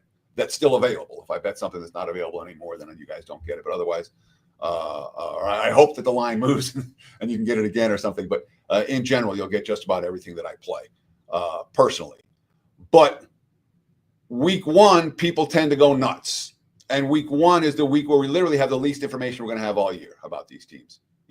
We've seen a little bit of preseason and we've read a whole lot, but we haven't seen them on the field in anything resembling a meaningful game against anything resembling a defense that's coming to play. So there's a learning curve here. Week 1, I have a really good track record in week 1, 30-11 the last 10 years, but that's because I'm not peppering the board and I'm really trying to pay attention to what teams actually are better and what teams aren't. But I would say if I'm going to give one piece of advice for week 1 is keep your unit sizes reasonable. Don't blow your bankroll. Love that. Number 1. Great advice from the man himself, Teddy Covers. Guys, if you missed the divisional previews that we did last week, and go to the WagerTalk YouTube channel, check those out. Still plenty of time to watch those. If you guys are looking for more extensive breakdowns in terms of regular season wins, so you can make some of those futures bets, those are up on the WagerTalk YouTube channel as well. Just type in opening line report in your search bar. Go back and check all of those out. Teddy, one last piece of advice in terms of what your season win report contains. I know there's part 1 as well as part 2. Yeah, and look, it's got I think 6 plays total now in the season win report. And the beauty of that season win report is that you get the info to go along with the plays, because it's info you can use all year long. I don't expect I'm going to go 6-0. So when I'm wrong about one of these teams, I like to make money betting against, betting on me being wrong. And the teams are going to pay attention to all year. We're going to see stuff early. And if I was wrong about one of them, we'll come back the other way and make money with them on a game-by-game basis. So obviously it's something I put a lot of time into over the summer. You can go back and look at, we did divisional breakdowns. We've got team by team breakdowns. We've done it multiple times over the summer. We did it early and we did it again late last week. So there's lots of great content on the WagerTalk YouTube channel. If you haven't done so, subscribe. What do we have? 210 plus thousand of you. Yeah, almost 215. And of course, Getting I there. only ask one thing. If you like the video, hit the like button. That's all we ask. Thank you. Comment below, because I'll tell you what, Kelly's going to be in the comments this week. I'm going to be in the comments this week. We'll respond to every single comment you put out there. So we appreciate the comments very much. But the only thing I ask from you is the like button. Makes all the difference. Cheers. That's all. All right.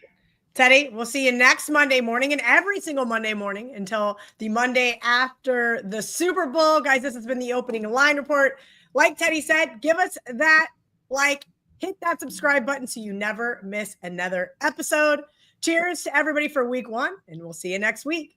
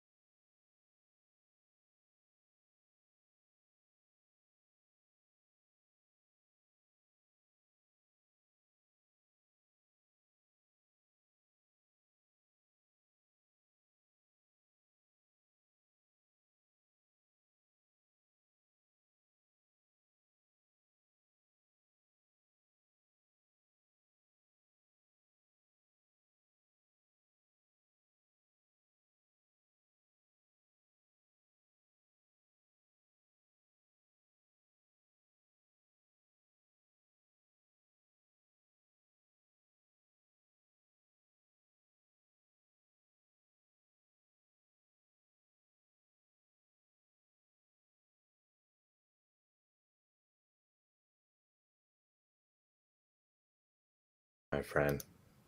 Welcome to the Sports Betting Show on the planet. This is WagerTalk today. I am your host, Andy Lang. It is Monday. Countdown to NFL Week 1 is officially here. We're going to get you ready for some opening lines. Bill Belichick makes his college football debut. We're going to cover that.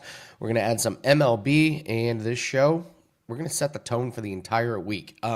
Moving forward, Mondays and Fridays, very, very important to watch. We're going to take a look at all the opening lines for NFL and college football Mondays, and then Fridays, Football Friday, we're going to get you ready for the weekend. So these two shows really, really important. That's why you subscribe to the channel, get notified when these shows go live, when the breakdown videos come up. So let's get it started. We got Gianni coming up with the Steam Report. Crackman's going to join us. We're going to get everyone's thoughts on college football, on NFL. Crack's going to give us an MLB prop. And Brian Power's going to join us. He's going to break down the college football game tonight between TCU, North Carolina, and we're going to talk Rangers and the Diamondbacks. Let's get us started. Gianni, busy weekend. Happy Monday. How are you, my friend? It's always a good day when I see you and me 1-2 on the last 7 days. So obviously you and I, bankrolls are looking good. How was your weekend? Never better, bro. I expected, honestly, this NFL and college football season to be the best I've had in a while, and so far they're living up to expectations. Over 30 units of profit already in college football, 60% on over 50-plus bets, and over 30% ROI. So everything is lining up nicely. I've already released 2 college football bets for next week, including a 4% best bet. Trying to get out ahead of the market. We do have a college football for tonight, MLB for tonight. So excited for the next couple months, man. September, October, November, December. Some of the best months to get down, and I'm really excited for what's ahead, brother. Can I just throw out, myself, I had a bad college football. U.S. Open, tennis, crushed. Absolutely crushed. Don't forget about these sports, guys. There are way too many sports that you could be profiting off just to focus on one. We're going to talk mostly football, but do not leave out some of these other sports. Like we have lacrosse playoffs today, but people don't even really realize that there are some really soft lines in some of these sports. So don't forget about these other sports. But Gianni, let's talk about college football. If we can, take a look at some of the lines. But actually, before we do that, takeaways from the first week of college football. I feel like the books probably did really, really well across the board. I feel like they probably did good. But what did you notice from week 1? I mean, it's hard not to do good when the majority of your bettors are betting in the closing lines. You know, again, there's some of the tightest numbers you could bet into, and that's what a lot of recreational bettors are forced to do in week 1. You know, those lines have been up. A perfect example, tonight's game, TCU. TCU was getting 2 points in May, forgive me. They were minus 1.5 points in June. They were minus 2.5 points late June. They were minus 3 in July. They were minus 3.5 in August. They're minus 4 right now, September 1st. So if you like TCU, there's absolutely no reason you should have been sitting on your hands over the last 4 months. You absolutely had opportunities to place a good bet with a ton of closing line value. That's no longer the case. Unless you think this TCU line is going to close at minus 6, you can only play this one way, and that's dog or pass. If you don't like the dog, it's time to wait for a better spot to get your money in, because you know you're not getting it in good when you could have got +2 and now you're laying -4. In fact, you could have got -1.5, -2, -2.5. Like, why would you wait until -4? Why would -4 now make TCU a good bet? So again, when lines have been bet into like that, it makes it kind of easy if you're betting for profit, because if you're betting for profit, you're not going to turn a profit betting in the closing numbers. It's just not going to happen. So you're right. Books had a good Saturday. They've had a good season so far. It'll be a little different going into week 2, because this is the overreaction week. And I think bettors can take advantage of those overreactions. We have about 60 minutes of football played so far for 95% of these teams, 99% of these teams. And yet we have 6 days to talk about that 60 minutes. And I think it's paralysis by analysis. It'll be a lot of analysis of those 60 minutes. And I think a lot of conclusions that will be drawn that are biased. And you could take advantage of that bias in week 2. It's one of my favorite weeks to bet. As you can see, like I said, I already fired 2 week 2 college football bets because I do think it's that week where you could take advantage of the overreaction. Again, like I said, TCU, obviously they've gotten the money. But today it's good two-way action. Like if you're booking it today, it's a great day to book it because it's split right down the middle as far as risk goes, as far as ticket count goes. But the early sharp money was all on TCU. The earlier sharp money also went under. The opener was at 59, stayed there until it finally got bet under. It went quickly to 58.5, from 58.5 to 56.5, and still went under a little more. So now it's another case of, do you like the over or pass? Because you're now getting 3.5, 4 points worse than you could have got a little earlier. So a game like this makes it easy for bettors if you're trying to profit and you're not just betting for action. It's either dog and over or let it go. There's a lot better games. There's even 2 CFL games tonight. I released a 4% to subscribers in the CFL. Like Andy said, don't overlook those other markets. There's going to be a lot more inefficiencies when there's less like top level traders in that market. And right now they're all in college football. They're all looking at NFL and then MLB. Everything else comes after that. And that's why you could really find some value in those smaller markets. Well, let's take a look at college football. Let's take a look at some of these lines here.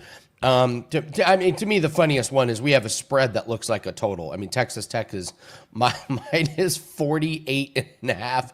I even see a minus 49. And what's funny is they're taking money, it looks like. What are some of the line moves that we need to be paying attention to here so far? Yeah, and here's the funny thing about that Texas Tech game. Here's a lesson for sports bettors out there, okay? This is my argument against parlays being profitable. If I walk into a strip casino right now with $500 and I say I want to parlay Texas Tech with the over, you know what they're going to tell me? You can't do it. We will not book that parlay. And you know why? Because it's correlated.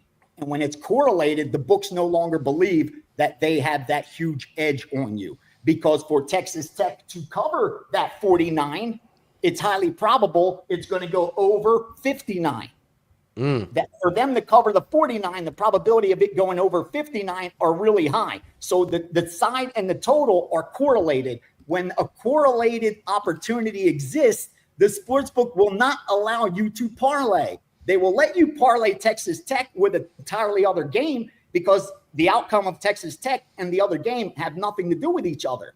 But the outcome with Texas Tech covering that spread and the over-under definitely have something to do with the other. If they cover that big point spread, they're probably going to go over as well. And when that's the case, they will not let you place that bet. So that tells you why they want you parlaying unless it's correlated. So Texas Tech is a perfect example of that. Glad you brought that game up. And that line's climbing. Texas Tech is getting more money and the total's coming down.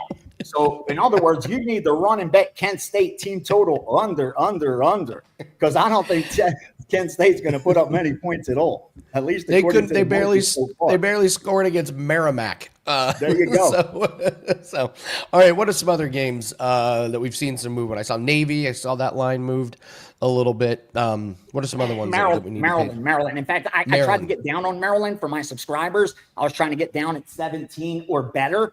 We laid minus 16.5, and I liked Maryland. I was actually leaning that way, so I figured I could give them out at 17 because I figured if we cash the 16.5, worst that happens, subscribers laying the 17 is a push. I wouldn't put out 17.5 if they laid 17 because they could push and we could lose. But in that case, I was looking the 17s, but there was like one book had minus 17, minus 115. And I said, if I send that out, that's not fair to subscribers because there's no way they're going to get 17. They're all going to be looking at 18s, 18.5s maybe. And I think that's what's happened there. So Maryland got hit. Another one that got hit was Toledo. That's why you'll be looking at Toledo minus 7 really soon. We laid Toledo minus 5.5. We laid Toledo minus 6 and 6.5 as well. So Toledo got steamed. And, the college football, they're wasting no time with it at all. Wow. Good games. Good, man. I'm excited, man. Week 1 NFL next week. Wow. It's a good week. Yeah, I see Michigan State's moving. It may go to 3.5. So there's a key number for you as well. Let's take a look at NFL. I mean, these NFL lines, I don't know what all we can do with them at this point because this is the week where obviously these lines have been out, forever. But Any line movement? Anything we need to be keeping our eye on here? I think you need to be conscious of the line move, the opening number, but I think you then have to play the game from August on, meaning that early initial moves that you see back in May or June, you can't pay too much attention to them because you got to remember the limits were really small. They didn't book a ton of money. So even though some of those lines might have moved 2 or 3 points, it wasn't a lot of money booked on those. It's not until you see multiple books put out a number and they're all booking at that number that I think you should start paying attention from that point on. And luckily, you could go to the odds logic screen. That'll tell you when that line came out, when it moved. You could even do it with the WagerTalk free odds, just so you could see when did the major books actually post the number and what number did they post that game at. And then I think you play it from there because, again, some books try to get out ahead and entice action and get a publicity from offering week 1 NFL early in the summer. But remember, they're not taking big bets on it. They're taking maybe a nickel. So for 2 or 3 limit bets, you can move an NFL game a point and a half, 2 points, which isn't going to happen during the regular season. And you see a lot of these movement. Like, I'll tell you right now, I don't think this is going to change. The signs that are the most one-sided right now, and it's already building more and more exposure, is where did they go? The Green Bay Packers. Yep. There's so much Packer exposure already. And against a tough team like the Lions, I'm a little bit surprised to see such one-sided action on the Green Bay Packers. I think you'll see some takers on Detroit at 3. Another game that's all one-sided was the Cardinals, where they're continuing to bet the Cardinals regardless of the number. I think it's a fade of New Orleans more than a bet on Arizona because maybe the early money from the Sharps was a bet on Arizona, but I think the recreational bettors that are steaming it now, it's all just a fade of the New Orleans Saints because, again, they're laying a very, very, very late number. And then it shows in the line a sharp side that the wise guys fell in love with. That was the Raiders. For some reason, they fell in love with that Raiders week 1 against the Patriots, and that just continued to take money all the way down to through that key number of 3, I think. So it'll be interesting to see if anything changes leading up to the week, but I don't think so. I think teams like the Steelers are going to be a big risk for the book. Teams like the Packers are going to be a big risk for the book. The Bengals are going to be a big risk for the book.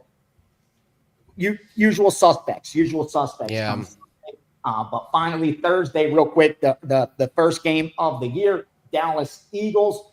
You're getting Eagle money. No surprise. That's why it's past that T7. So far, it's all Eagles. Interested to see if Dallas money comes in as we approach Thursday. Well, I will happily be on the side of the books. Just let me be where the books want to be, and I'll be happy there. Let's see. Titans wants to know: do we have anything on Oklahoma, Michigan? I see money has come in on one side. What are you seeing on your end? Oklahoma, Michigan. What a game! Yeah, big one week 2, huh? Nothing really sticking out so far. Just dog money from the public. Just dog money from the public, which isn't, you get that many points with Michigan. I'm not really surprised. I'm interested to see if I see any of the Oklahoma in the accounts. I liked Oklahoma myself early. I thought anything less than a touchdown, I'd be on the Oklahoma side, but I didn't fire. Still waiting a little bit. See what happens. Like it. And question, what's the attraction to the Raiders? I mean, I wish I knew. I will tell you, my opinion is that they've had an incredible training camp. The coaching upgrade is Pete massive. Carroll coming to town. The city's big excited coaching. for it. City's quarterback upgrade. That's running back where, upgrade. Yes. Yeah. Okay. So we pretty much said they upgraded everything. That's probably why there's attraction to the Raiders. Can't be much worse. Truth. Before we let you go, you're doing Contender Series tomorrow, correct? Yep. Contender tomorrow. I got to work on that tonight because we'll have bet on it on Wednesday. So I have bet on it Wednesday. I won't be able to, do any of the work Tuesday because I'm at Apex all day.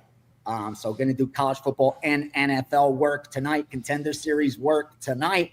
And like I said, I have a 4% in the CFL. A package will be up probably within the next 30 minutes. Baseball package is going up today. I love Labor Day baseball. A lot of day games. People are off, so it's a little different market with only one college football game late tonight. So baseball package will be up as well. And week 2 college football already released plays, so that package will be up also. And best of luck this week. NFL Week 1, Sunday. Don't forget, Steam Room will be leading up into kickoff on Sunday. We'll go over each and every NFL game and give out those bonus teasers as well. Best of luck to everyone this week. Before I let you go, I'm just calling it right now. Theo Haig's going to beat Michael Olkasechek's brother. Okay. Minus 340. The minus 345 is going to go down. That's my big call for Contender Series. I like it. Week. I like it. So we'll see how it goes. goes. We need some dogs. Too many favorites lately. Too many favorites. We talked about you on our live show. We were like, oh, Gianni's going to be loving the dogs next week. That's way too many favorites. We're barking tomorrow. Yes. Yeah. I got Theo Haig. So have fun at Contender Series. We'll be thinking of you. Have a great week. And thanks again, Gianni. Thank you, brother.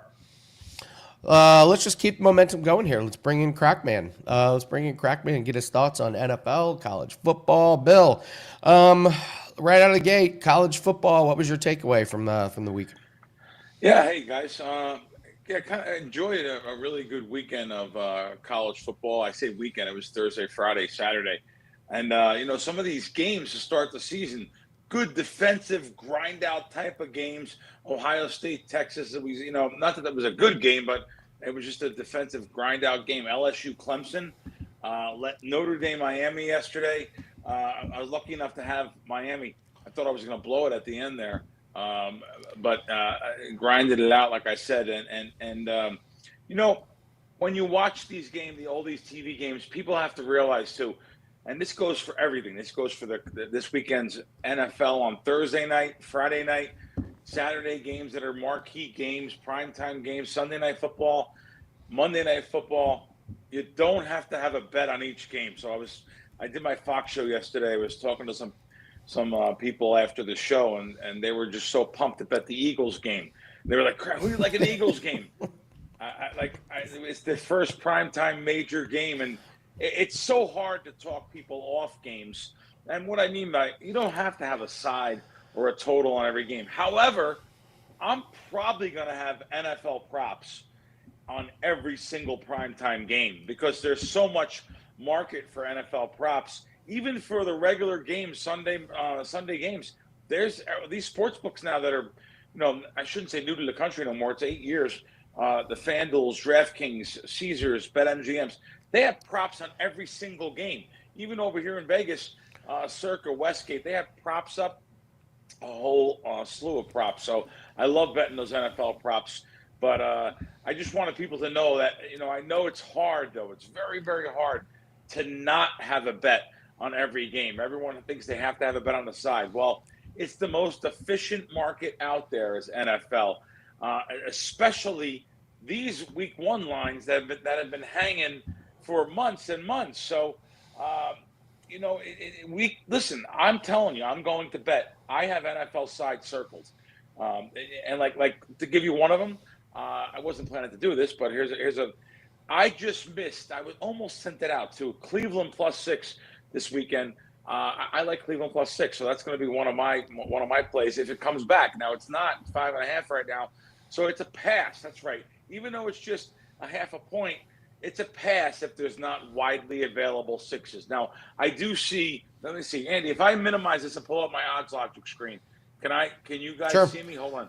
Now, no, that's fine. See me right now? We can put my beautiful, we'll put my beautiful face on screen there, Bill. That way the ratings go up. I'm just kidding. I didn't know if when I look at odds logic, when I minimize the screen. Yeah, see, I have 1, 2 6s. But they're not even here in town. So it's not fair. I would never give them out to people. All right, I'm back. Wanted to check the odds logic screen. So anyway, I will have some sides. I have about 4 or 5 circled that I think are actually okay to play. And like Gianni said, but that if everyone loves Green Bay right now. Oh my God, Green Bay. Oh my God, they got Parsons. This is going to be a great team. Well, Detroit has one of the toughest schedules, but yeah, if I could find a +3, -20 or less, I'll be on Detroit also. So Just wanted to give some logic there to the people and make sure you know it's a long, hard-fought season. Don't get caught just firing. Listen, I try to talk about so much stuff because of the human condition, and guess where I get that from? Me, being a kid growing up back in New York and New Jersey. I know what it is to have to gamble. Growing up in a gambling family, gambling atmosphere, these places that Philly, New York, Detroit, all these places, these are rite of passages that we just gambled since we were little kids. I was gambling since I was 8, 9 years old. So I'm just trying to teach people off my losing. That's right, losing. My losing playbook when I was 14, 15, 16, 17, firing aimlessly, not knowing anything on football, getting myself jammed up in trouble, betting because the games are on TV. Just it's so much easier to do it now with all these apps. And I just wanted to tell the people out there, be a little more responsible. It's a long, hard-fought season. You don't have to bet live and fire live on everything. That's the biggest form of closet gambling. So you catch yourself betting live, 1 or 2 bets was your goal. Now you have 4, 5, 6, 7, and you're like, oh my God, I can't believe I'm betting all this live wagering. Guess what? You're laying double the juice, people. You're not laying 110 on both sides. You're laying 115 or even 120 on both sides. And, I'm not saying live wagering can't be beat. Trust me, it absolutely can be beat if you do it from a smart sense. And what I'm saying is the slower moving apps or sports books compared to the faster moving apps and sports books, it can be beat. But just know that you're on like a 10, 15 second delay with the frequency from the stadium to the even screen, now another 20. You may be at a 60-second delay sometimes betting live that you're watching on your TV screen, depending on what market you're in and what service you're using. Just know that. Bet during the commercials. Don't bet when they're on the field, because there's no other way to tell you this. Yes, some of the sites are cheating. That's right. They're cheating. No, it's hard to believe. I knew a guy here that worked for one of the companies, and he didn't know any better. He didn't think he was cheating. Green Bay playing Detroit. Green Bay's going in on the 5-yard line. They scored a touchdown, and people that are betting Green Bay live get denied. People that bet Detroit, they take their bet. It's unbelievable now. This really happened here. Matter of fact, the company was fined $36 million by Nevada Gaming altogether for things like this. So trust me, especially if you're playing with far-off places and stuff. Listen, trust me, do not bet when you're watching the game. Bet during commercials only. All right, I went off on rants that I wasn't even planning to do. No, we talk about this, we repeat ourselves, but it's too important. UFC is the same way. You bet in between rounds. It's you bet in between fights, and you're like, why did the line drop? And then 1 minute later, a guy gets clocked, and the round completely swings because you're 45 seconds behind. Good UFC, it's got to be terrible too. They're in the ring grappling and fighting, and you can't bet live. I don't even bet UFC really hardly, but just hearing that. I'm sure that, Andy, you've been involved in situations like this. Oh, yeah. You said you had Miami. I watched that Miami-Notre Dame game. I got to tell you, my big takeaway was I think Notre Dame's going to be really good. I think both teams were good, but I thought Notre Dame really figured it out in the second half. I think they're a bet on.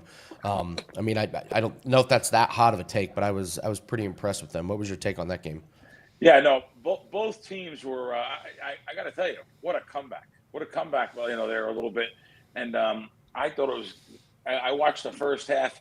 I actually went out to one of our local casinos here for the second half, and I actually did watch the rest of the game. And, they're going to be a tough team. And I actually bet them, but I bet them on a future here. That was at the Westgate. They hung like a 20-1, which I thought was – I seen them like 10-1, 12-1. And that this first game will hurt them in that. But, they're going to be grinding all year, so we'll see what happens. But, yeah, they're definitely a tough team, definitely. But Miami showed a little heart there coming back at the end with that long field goal after blowing the lead, too. So I'm happy they did it. I had 3 points, went down to 2.5 everywhere. And then, you just start feeling when they're collapsing there, like, oh, but there's no way I can win this, you think. And, only because, you're on the good side. The momentum on the field was really going Notre Dame's way, and then they luckily got the win though. So we got the win for the WagerTalk guys. Happy. Did you see Lee Corso Did you see he made his 6 picks on the show and he hit all 6 of them? It would have paid 91-1. I saw a couple people actually bet him on Twitter and social media. Wow. They sprinkled. Yeah, because it was his very last show, and some people were like, in honor of Lee Corso, let's fire away. So shout out to Lee Corso. But, again, we're going to go into an area where I have to talk about being responsible. Listen, even my friends, even my guys that I know, that I grew up with for years, Andy, they love betting parlays. We can't get off this parlay train. And I try to – now, I waved a white towel, man. I said, all right, listen, if you're going to bet $100 on a game, go ahead. You want to bet $5 or $10 on your 5-teamer? Go ahead. But listen, the sports books make 60% of their profits from parlay bettors. But I get it. It's fun. It's fun to turn – right now there's a lottery craze. It's over $1 billion. I don't know where you live. They don't have it here. But everyone's going to the border because the lottery is over $1 billion. Like, it's such a long shot. But, I have no problem. Even me, my neighbor was like, hey, I'm going to go to the border. Do you want any tickets? I said, yeah, here's $10. Fine. Again, I have no problem betting a long shot for a sawbuck or something small. But just don't go crazy and, let me bet $200 on a parlay, $300. Your average bet should not be on a parlay. You want to bet it, you bet it for a little bit of money and have some fun. But you see, when Lee Corso hit 6 out of 6, everyone said, this is easy. Look what happened here. I don't know how they stay in business. I don't know how sportsbooks stay in business. But it's like us when we first, anyone that's on this show today, and you guys all that out there, you know what it is to hit your first big long shot. I was at Monmouth Park when I was 10 years old with my dad. I still remember the 2 horses that I hit for $2 with my dad. Miss Self and Tinsley's Dream. I remember the name to this day. But it's amazing. $2 won $400. I was hooked for life. That was it. Next thing I know, I'm 11, 12 years old taking buses to the track behind my parents without them even knowing. And with my little buddies and trying to get someone to put bets in me because I was only 11 and 12. So I know what it's like. So anyway, parlays are sucker bets. Trust me. That's all I'm saying. I remember my first big one. It was like 2 a.m. and I was up and there was a MMA card and there was a guy fighting and he had one leg. And I bet against him and I was like, this is the easiest money that I've ever made in my life. And I was like, oh, this must be how it's like every single time. This is the easiest betting ever. And boy, was I wrong. Wow. I'll never forget that. Isn't that something, our first bet? Yeah, we remember that. Our first big win. I remember it. All right, let's do an MLB prop. Bill, you always come on and give us an MLB prop. Who you like today? Let's go to Cleveland. Parker Messick, total strikeouts over 4.5, minus 155. Or I don't even mind you going over 5.5. I seen plus 1.25. So we'll grade it at a middle road there as a 5. I like going with these young prospects late in the season. He's got 6 Ks in both of his starts. And now he goes against the Red Sox lineup today that strikes out a ton against lefties. So let's go over 5.5. Let me just see. I'm trying to see what I'm on BetMGM. Well, over 4.5 minus 55, or over 5.5 plus a quarter. I don't mind too. Parker Messick over, and yeah. So anyway, I'm getting off air with you, and I'm starting up my new podcast today. I didn't even announce it yet on Twitter, Andy. New podcast today. Kelly and Crack, Kelly in Vegas and Bill Krackomberger, a weekly podcast. It's not going to be long, about 30 minutes each episode. We're going to film it on Mondays, and we'll have it out there for people. It's going to be recapping the weekend, maybe talking some Vegas lifestyle, what's going on here a little bit, how the weekend went, and it should be fun. It's a weekly podcast. Oh, all right. Awesome stuff. Thank you, Bill. Have fun with that. Kelly and Crack. Don't forget to check that out. Thanks a lot, Bill. Thanks. Have a great day. All right. Guys, we're running a few specials here. The big one this week is 7 days for $77. That is a full week of all plays starting today. You can get plays today in MLB, college football, all the way through the weekend. 7 days. This is discounted down to just $11 per day. This is where the betting season really kicks up. We got football damn near every single night. So you want to test drive a new handicapper? Great. Get them for $77. Get your favorite handicapper that you've had good success with in the past? Great. 7 days for $77. Just $11 a day. It's at the deals page, and this is good for any handicapper at WagerTalk. So when we run these specials, make sure you take advantage of them.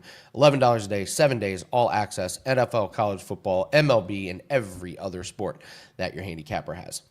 All right, Chris, let's go to all around the world. Let's give the people some free plays here. And we got a couple of NFL plays, and then we'll throw a player prop in here for MLB. We'll start Bengals at Browns. I like the Browns over 20.5 on their team total.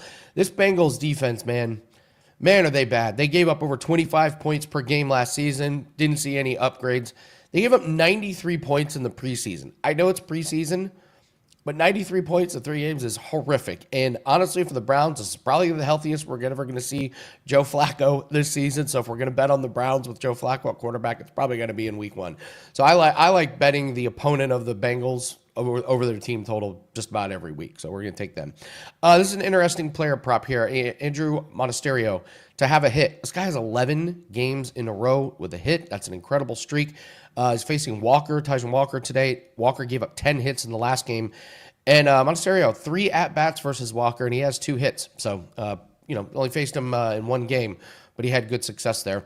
And we'll go to the Ravens and the Bills. Lamar Jackson, over 1.5 touchdown passes. This was an incredible prop that hit last year. Going back to last year, 9 straight games he's gone over that. Last 4 games, he's just been absolutely on fire. So you end the regular season going 9 games in a row, and I know Derrick Henry gets all the headlines, but Lamar Jackson is completely underpriced. This is like minus 115 on some of these books. So Lamar Jackson over 1.5 passing touchdowns. I know the Bills defense is good. Lamar Jackson's just going to be a little bit better. So, all right, let's bring in Brian Power. Got to get his thoughts on some MLB. But first, Brian, we got to talk this TCU North Carolina game. Yeah. How do you break this game down? Like, what are you looking at in this game? This feels like one of the tough ones. So how do you go about approaching this game? Well, I think that was a very excellent lead-in question there, Andy. Over the weekend, I think if there's one thing we all learned in college football, let's be honest, I'm always honest with you, Andy. No matter how much we read and study in the offseason, it is very difficult to predict what these teams will actually look like when they hit the field. And to your point, well stated, coming into 2025, guys, there is arguably no bigger unknown in the entire country across the country than North Carolina under Bill Belichick. 70 new faces in the transfer portal. I'll repeat that number, 70 new faces. Look, we know the transfer portal, it's here to stay. It's the way it is. 70's a lot, even by the modern standard. Is Bill going to give the same effort here that he did during his Hall of Fame NFL career? Or is he just living that hashtag best life with a girlfriend that's a third of his age? I don't know, Andy. And if anyone tells you they do, they're lying to you. But here's a classic Belichick quote for you about his team here coming into the season, the Tar Heels. Quote, "I can't tell you how players are going to perform. That'll be up to them." Thank you for that, Bill. That is not his stuff with Paul. But the one thing I will say about this game with certainty, and Gianni talked about it in the opening segment, is TCU is the side that's taking all the money. Obviously, a long time ago when this line first opened, you could have bet the Horned Frogs as an underdog. Now they're minus 3.5, maybe heading to minus 4 on the road. I agree. I concur with Gianni that if you liked TCU, I think you missed your window here. But I actually think I'm in the minority here, Andy, and I'm going to say TCU takes a small step back in 2025. Let's talk about them. Let's not forget about there are 2 sides to this game. I think the Horned Frogs probably end up as a 7 or 8 win team when all is said and done at the end of the season. Note, they were much improved last year, but there was a reason for that in terms of the schedule. TCU did not face a single ranked opponent all of last season. Now, North Carolina, clearly not ranked. They're an unknown. And as you know, I do think the Tar Heels will be better defensively this year. I can say that with confidence. Steve Belichick, Bill's son, obviously, is the coordinator. His defense at Washington last year, that's the Washington Huskies, was great. On the offensive side of the ball, Gio Lopez transfers in to play quarterback for North Carolina. He was at South Alabama. I liked him last year. He's going to be an upgrade over what UNC had last year under center. So in terms of making a pick for this game, because that's certainly what we're all here for, and you want to hear, full disclosure, I got nothing for the clients, Andy, on this one. To Crack's point in that last segment, you don't have to pick on every game just because it's on national TV. But if you forced me to, I'd say get a little frisky at this point. Bet North Carolina on the money line. Stranger things have happened. Remember, it was 2 years ago. TCU opened the season against Colorado. Deion Sanders' first game. I know they're 2 independent events. Just because they lost once doesn't mean they're going to lose again. But I don't think Bill's going to phone it in. I don't think he's going to want to get embarrassed on national television. And lastly, North Carolina was 0-7 ATS at home last year. I don't think they're going to go the entire season again this year without covering in Chapel Hill. So I think if you're going to play this game right now, you want to have some fun, you have some pizza money, some couch change left over from the weekend, North Carolina money line is how I would do this. If they cover the spread, they're going to win the game outright, is my opinion. Yeah, I agree. I think your best point is why bet this game. Okay, I don't know how you could say, I have a very strong, awesome opinion that's totally going to be right on this game tonight. But it should be interesting here. Brian, real quick before we get to MLB, what was your take first week in college football? I was completely wrong with some of the things that I thought. I thought IU was going to be a juggernaut. They won by 2 scores against Old Dominion. I thought Louisiana was going to be amazing. They scored 12 points against Rice. So my thoughts of these teams were way off. What did you see in the first week? Yeah, like I said at the opening, you can do all with the way college football is now, with so much player movement, so much coaching changes every year.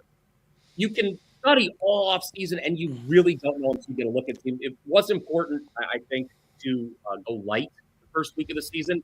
I watched a lot of football, I can tell you, the last 4 days. And my big takeaway when I watched last night's game between Notre Dame and Miami, you watched the Texas-Ohio State game on Saturday. I had Ohio State in that one. My big takeaway is, and this should have been common sense, 18, 19-year-olds making their first career start on the road, or just making their first road start. That's tough to do, man. And I think you need to temper your enthusiasm sometimes about these coaches these quarterbacks that don't have a lot of experience in big games. I think that was the thing. And, I look at a team like LSU. What did they were able to do something. They were able to go on the road and win a big game. Why? Garrett Nussmeier's got experience. He's a senior. I was very impressed with LSU, quite frankly. I don't think we should throw Clemson into the trash heap of life, but I was very impressed with Clemson. Obviously, very impressed with Florida State. Thomas Castellanos, is he the greatest quarterback in the country? No, far from it, but he's played big games before, and Ty Simpson of Alabama really hadn't. So, in retrospect, that line was probably, it's easy to say now, a touch too high. So, experience matters, Andy. I think that is a easy takeaway from week 1 of college football. Titans has been bringing this up. Brad, do you know anything about East Texas A&M? I know that they're in for some tough sledding this week. I've never heard of them. Look, by the way, a cheap plug here. I know they will want me to plug it anyway. The Blitz every Thursday, 1 p.m. Eastern, immediately following you. We are live every Thursday taking your questions.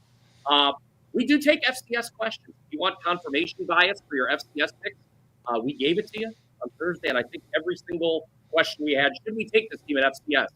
I think every single time I said, yes, we should do that. I think all of those were right. You can check the film to double check me there. But we will take FCS questions on the Blitz. Let's move to MLB here real quick. Rangers and Diamondbacks. Corbin for the Rangers. Nelson, Diamondbacks looking at minus 150 here. It used to be Patrick Corbin was an automatic fade. Not so much. He's improved. He's gotten better here. What's your breakdown on this game? So, despite getting hit by a bunch of key injuries recently, Andy, I think the Rangers are a team to look out for this final month of the regular season. Of all the teams currently not in a playoff position, I think the Rangers are most likely to make a potential push and get into the postseason. There's a lot to like about this team. You start with the fact they've got a plus 92 run differential. I know people can't love when I bring up run differentials, Pythagorean win differentials, and all those fun things. But their run differential is 7th best in all of baseball. It's basically the same as the Tigers, better than the Blue Jays. The Rangers pitching staff has the lowest team ERA in all of baseball. Now, a lot of they're playing on the road here. Arizona's hitter friendly. It's at home where the Rangers pitching staff really nails. But still, I think the fact they have the lowest team ERA in all of baseball is worth noting. I think the fact they're number 1 in defensive runs saved is worth noting, Andy. This is a good team in the field. I get Eovaldi, Semien, Seager. Those are all big losses. I mentioned the injuries at the top. But you look at tonight's matchup with the Diamondbacks. And Gianni Crack, they always talk about this, betting numbers, not necessarily teams. I look at this game when I handicapped it, I would much rather bet the Rangers at plus 130 than the Diamondbacks at minus 150.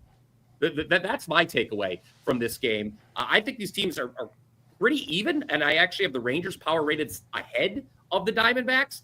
Rangers coming on a 5-game win streak. Meanwhile, you got Arizona off the demoralizing walk-off loss Sunday to the Dodgers.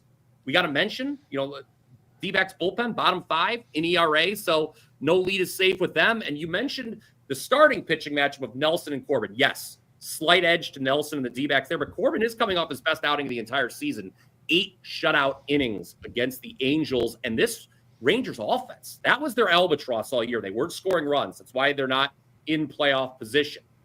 But they had the 20-run game last week. They've scored 7 or more 5 times during an 8-1 stretch. And that, again, includes 5 straight wins coming in tonight. I will gladly grab Texas at plus money in this series opener. NFL week 1, any thoughts, any hot takes, teams you like and teams you're not liking? We were talking about the Packers taking all this money after the Micah Parsons trade, and everyone's high on the Raiders. What do you think in NFL week 1?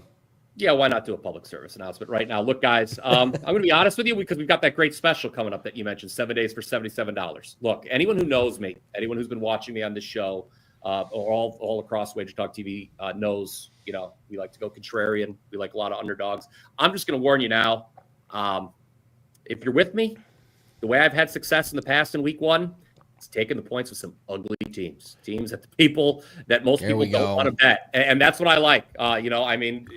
There's been some, I know some people in the chat. I know you, Crack, Gianni, you've all talked about underdogs that have caught your eye. FTP,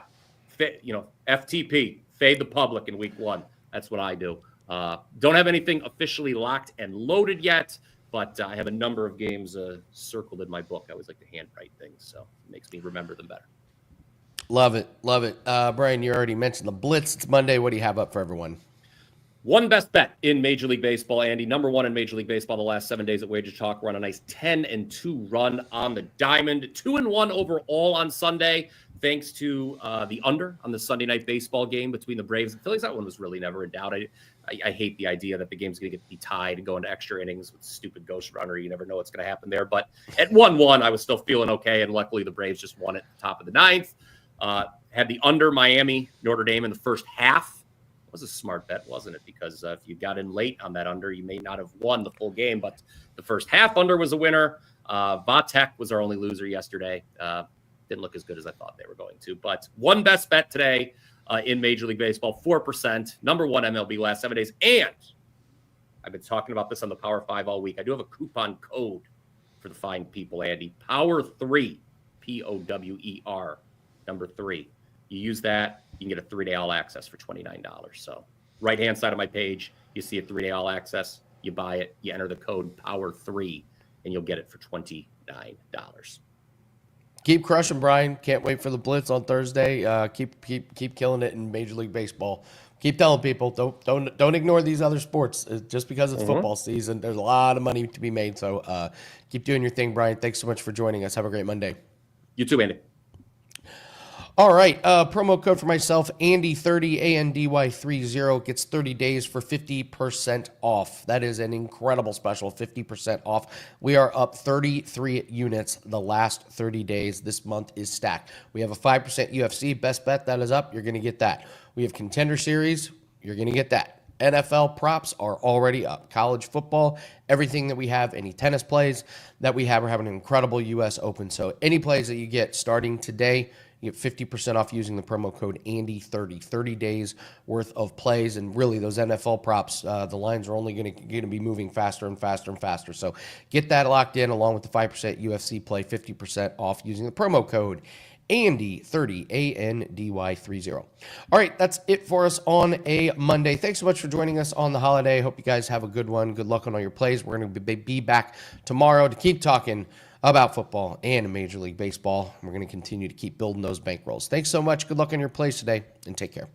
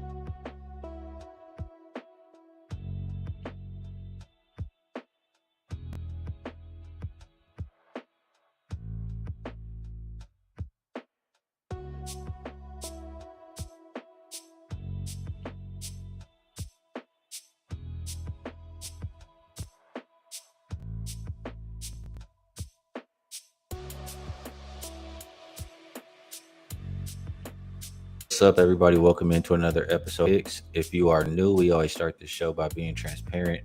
Didn't have any shows over the weekend. Didn't even bet yesterday, so don't have a whole lot to recap. But things have been going well in general for myself. College football off to a solid start. Did win my best bet there on Ohio State money line. I think I'm 34 and 21 run last 55 plays. So try to keep that going here. We got tennis going right now, college football going, NFL is about to start, WNBA is here. It's a good time. The dog days of summer are over.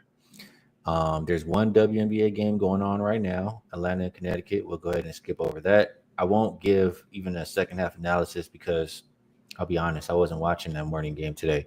But we have two more games that we'll talk about in the W. We won't do too much football today. We'll return to that, when we get Rob Vino back here. So first game we'll talk about today is 625, 626. Dallas Wings heading into Minnesota to take on the Lynx. Opened up minus 14.5. Looks like it's as high as 18, but most shops I'm seeing do have that 17.5. If we're going to look at the injury report for Dallas, and I need to refresh here actually. For Dallas, Page is still probable. Isaiah James is doubtful. Louisa, Haley Jones, Enrique, all out. For Minnesota, looks like Kayla McBride will be out for this contest, and then Griffin has been out. The Lynx are at a little bit of a rest disadvantage for this one. The Wings had 2 days rest compared to one for them. The Wings have lost all 3 meetings so far this season, but none of them really by this point spread margin that we're looking at for today. And when I look at Dallas in general, they are down a lot of pieces. Like the depth is a concern. But knowing that Page is probable, very likely to be out there, is a huge plus if you like that Dallas side. And just how I look at this game in general, I mean, you have a Dallas team that got blown out in their last game, shot like 20-something% from 3, versus a Lynx team that blew out that won in blowout fashion in their last game, and they shot like 50-something% from 3. So I think you'll get a little bit of regression from that Lynx side, positive regression more so for the Wings. And on top of that, I mean, how much does Minnesota really even care about winning this game tonight? I mean, they want to win, but how much do they really care about this game? Like, they just won and clinched home court advantage for the entire playoffs. They have 31 wins, a franchise record. Do they really care about going and seeing the Wings on the other side, the team that they've beaten 3 times already? Are they going to give full effort in this game? I personally just don't think so. They do have the Aces on deck as well. And we know the Aces are number 2 in the standing, so those are the kind of games you get up for. This looks like a little bit more of a sandwich spot, if you ask me. I can see them overlooking Dallas, and I can see Dallas, fighting and coming to play. I think the Wings, as long as they have Paige Beckers, have enough firepower to cover this game. So I think the Wings are the correct side here. Shout out to everybody in the chat. We have Rob says, train Rob, reposting the stream. Appreciate that. Definitely helps grow the show. Appreciate that for sure. Let's see. City by the Bay is liking college football season. City by the Bay, I don't know. Who's a player in the W that really disappointed you this year, and who's someone that exceeded expectations for you? Somebody who disappointed me. I would say, honestly, it might not even be her fault, but I haven't been too happy with Satu Sabali. I think she's better than what she's shown lately. And in the beginning of the season, she was playing really good. Like, she was balling out. Granted, that was when Kalia Copper was out. There was no Dewana Bonner there. I think even a couple games without AT. But Satu was balling. And I don't know. Haven't really liked what I've seen from her from about either when Kalia came back or when they got Dewana Bonner. Just haven't really liked what I've seen from her. Who's someone that exceeded expectations?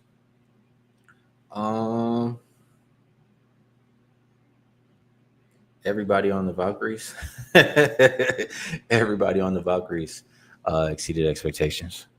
I don't know.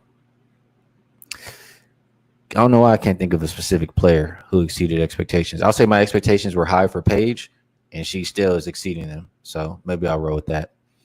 Brian, he's like in Dallas plus the points. Doesn't think Minnesota tries to cover. What up, Josh? Appreciate you reminding everybody to hit the like button. Like I said, definitely helps out the show. And Jason says Sykes and Burden for him as far as who disappointed and who exceeded expectations. I can agree with that. Brittany Sykes was extremely disappointed this season. I can agree with this. All right. And dropping dimes with a live play there on the under in the Dream and Sun game. Appreciate that. All right, we have one more that we'll talk about here today, and that is the Sparks and the Storm. Opened up -6 for Seattle. They're now as high as 8.5. Total open 174.5, and I'm seeing it as low as 172.5. Injuries, nobody on there for LA. For the Storm, you have Dominique Malonga on the injury report. She's listed truly questionable. For the Sparks, they are playing on a back-to-back here. Storm, obviously with the rest advantage, a chance for them to get some in-season revenge. And this is a huge game standing-wise. Like, the Sparks are fighting for their playoff life. The Storm are, I believe, in the 7th spot. Anyway, the 6 through 8 spot are all really, really tight. Every game matters for each of them. And this is a chance for the Sparks to make up some ground, or the Storm to cement themselves more so, to making the playoffs. So it's a little bit of a disadvantageous spot for the Sparks to be playing on a back-to-back on the road here. It's tough. I'll say what I've seen from these teams lately, Storm have been playing the better basketball. And let me just go here. There's one game where they got embarrassed. I think it was versus the Fever? Yeah, they lost to the Fever by 20, and then they played Minnesota. They beat them by 14 as a 9-point dog, and they blew out Chicago.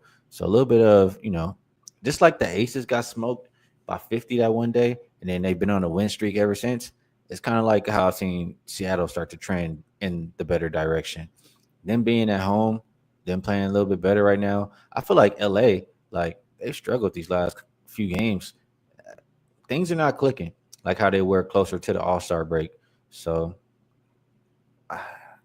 it's very hard for me to think about backing the Sparks here. I do know you'll get the effort because they absolutely need this game. And when I say like that, don't know that I can necessarily lay the 8. So let me look at this one from a different way. I do know Storm have upped the pace. They're number 4 in pace last 5 games. Sparks are number 1. And the Storm offense has been good. The Sparks offense has been the one that's fallen off. If this game is played up tempo, usually on back-to-backs, they do trend towards the over. I mean, Sparks games, I like to look towards the over, although ever since Kelsey Plum said that the team needs to play some defense, they've had 2 straight unders. So this one is kind of just tricky for me. I don't want to tell you guys anything. I'm having a really hard time with this game. So this may be one where I just watch. Yeah. I think the other game is a little better to play for me. Josh says Rakia Jackson exceeding for him. I know she's a baller. I already knew that for sure. She's just living up to it. She is playing well. All right, that's going to be the show for today. It'll be quick and easy. Just 9 minutes, 2 games. We won't talk any football today, but we will throughout the week. Vino will be back on the show. He's just enjoying his Labor Day. Hopefully you guys all are too. So on that note, before we do move it to best bets, let's go ahead and toss this up there because this is a little bit of promo that we have. And we all know football is kicking off. You can get involved with a 7-day all-access pass. Comes out to just $11 per day, $77 total. You have NFL, college football, WNBA, MLB, tennis. I mean, for myself personally, I'll be betting tennis, college football, NFL, WNBA. No MLB for me. But, yeah, it's a good time to get involved. Like I said, I'm 34. I'm on a 34-21 run in all sports. So if you want to check it out for 7 days, this is actually a good time. I have a 5% play up for college football. It does go off on Saturday. We won my top play in week 1 with Ohio State. I have another one that I really, really, really love. And NFL, I do have 2 plays that I've made so far, and I'm looking to add a few more. So between that, I mean, WNBA rocking and rolling, it's a good time to get an all access pass. With that said, we'll move over to best bets, and I'll share one of my best bets with you today. If you listen to the show, you probably already know what it is. I mean, I like one game a lot more than I like the other, and it just the spot. Like, I have to put a wager in against the Lynx, and the only reason it's not a bigger wager than it is because of the depth concerns for Dallas. Because Paige hasn't been ruled in yet, you still have Isaiah doubtful. Like, because of those things, it's not a crazy, max play. But I do think as long as Paige Beckers is out there, Dallas is capable of covering. I don't think you get a focused Lynx squad today. They're already minus, one of the best shooters in the league, and very well could look ahead to playing the Aces next game. So my best bet for this show will be Dallas plus the 17.5. And we'll rock out like that. So appreciate all of you guys in the chat.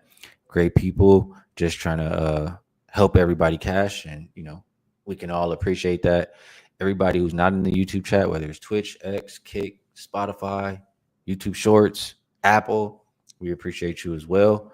And be back again tomorrow. Ravino will be back on the screen. Good luck on all your action tonight, and I will catch you all then.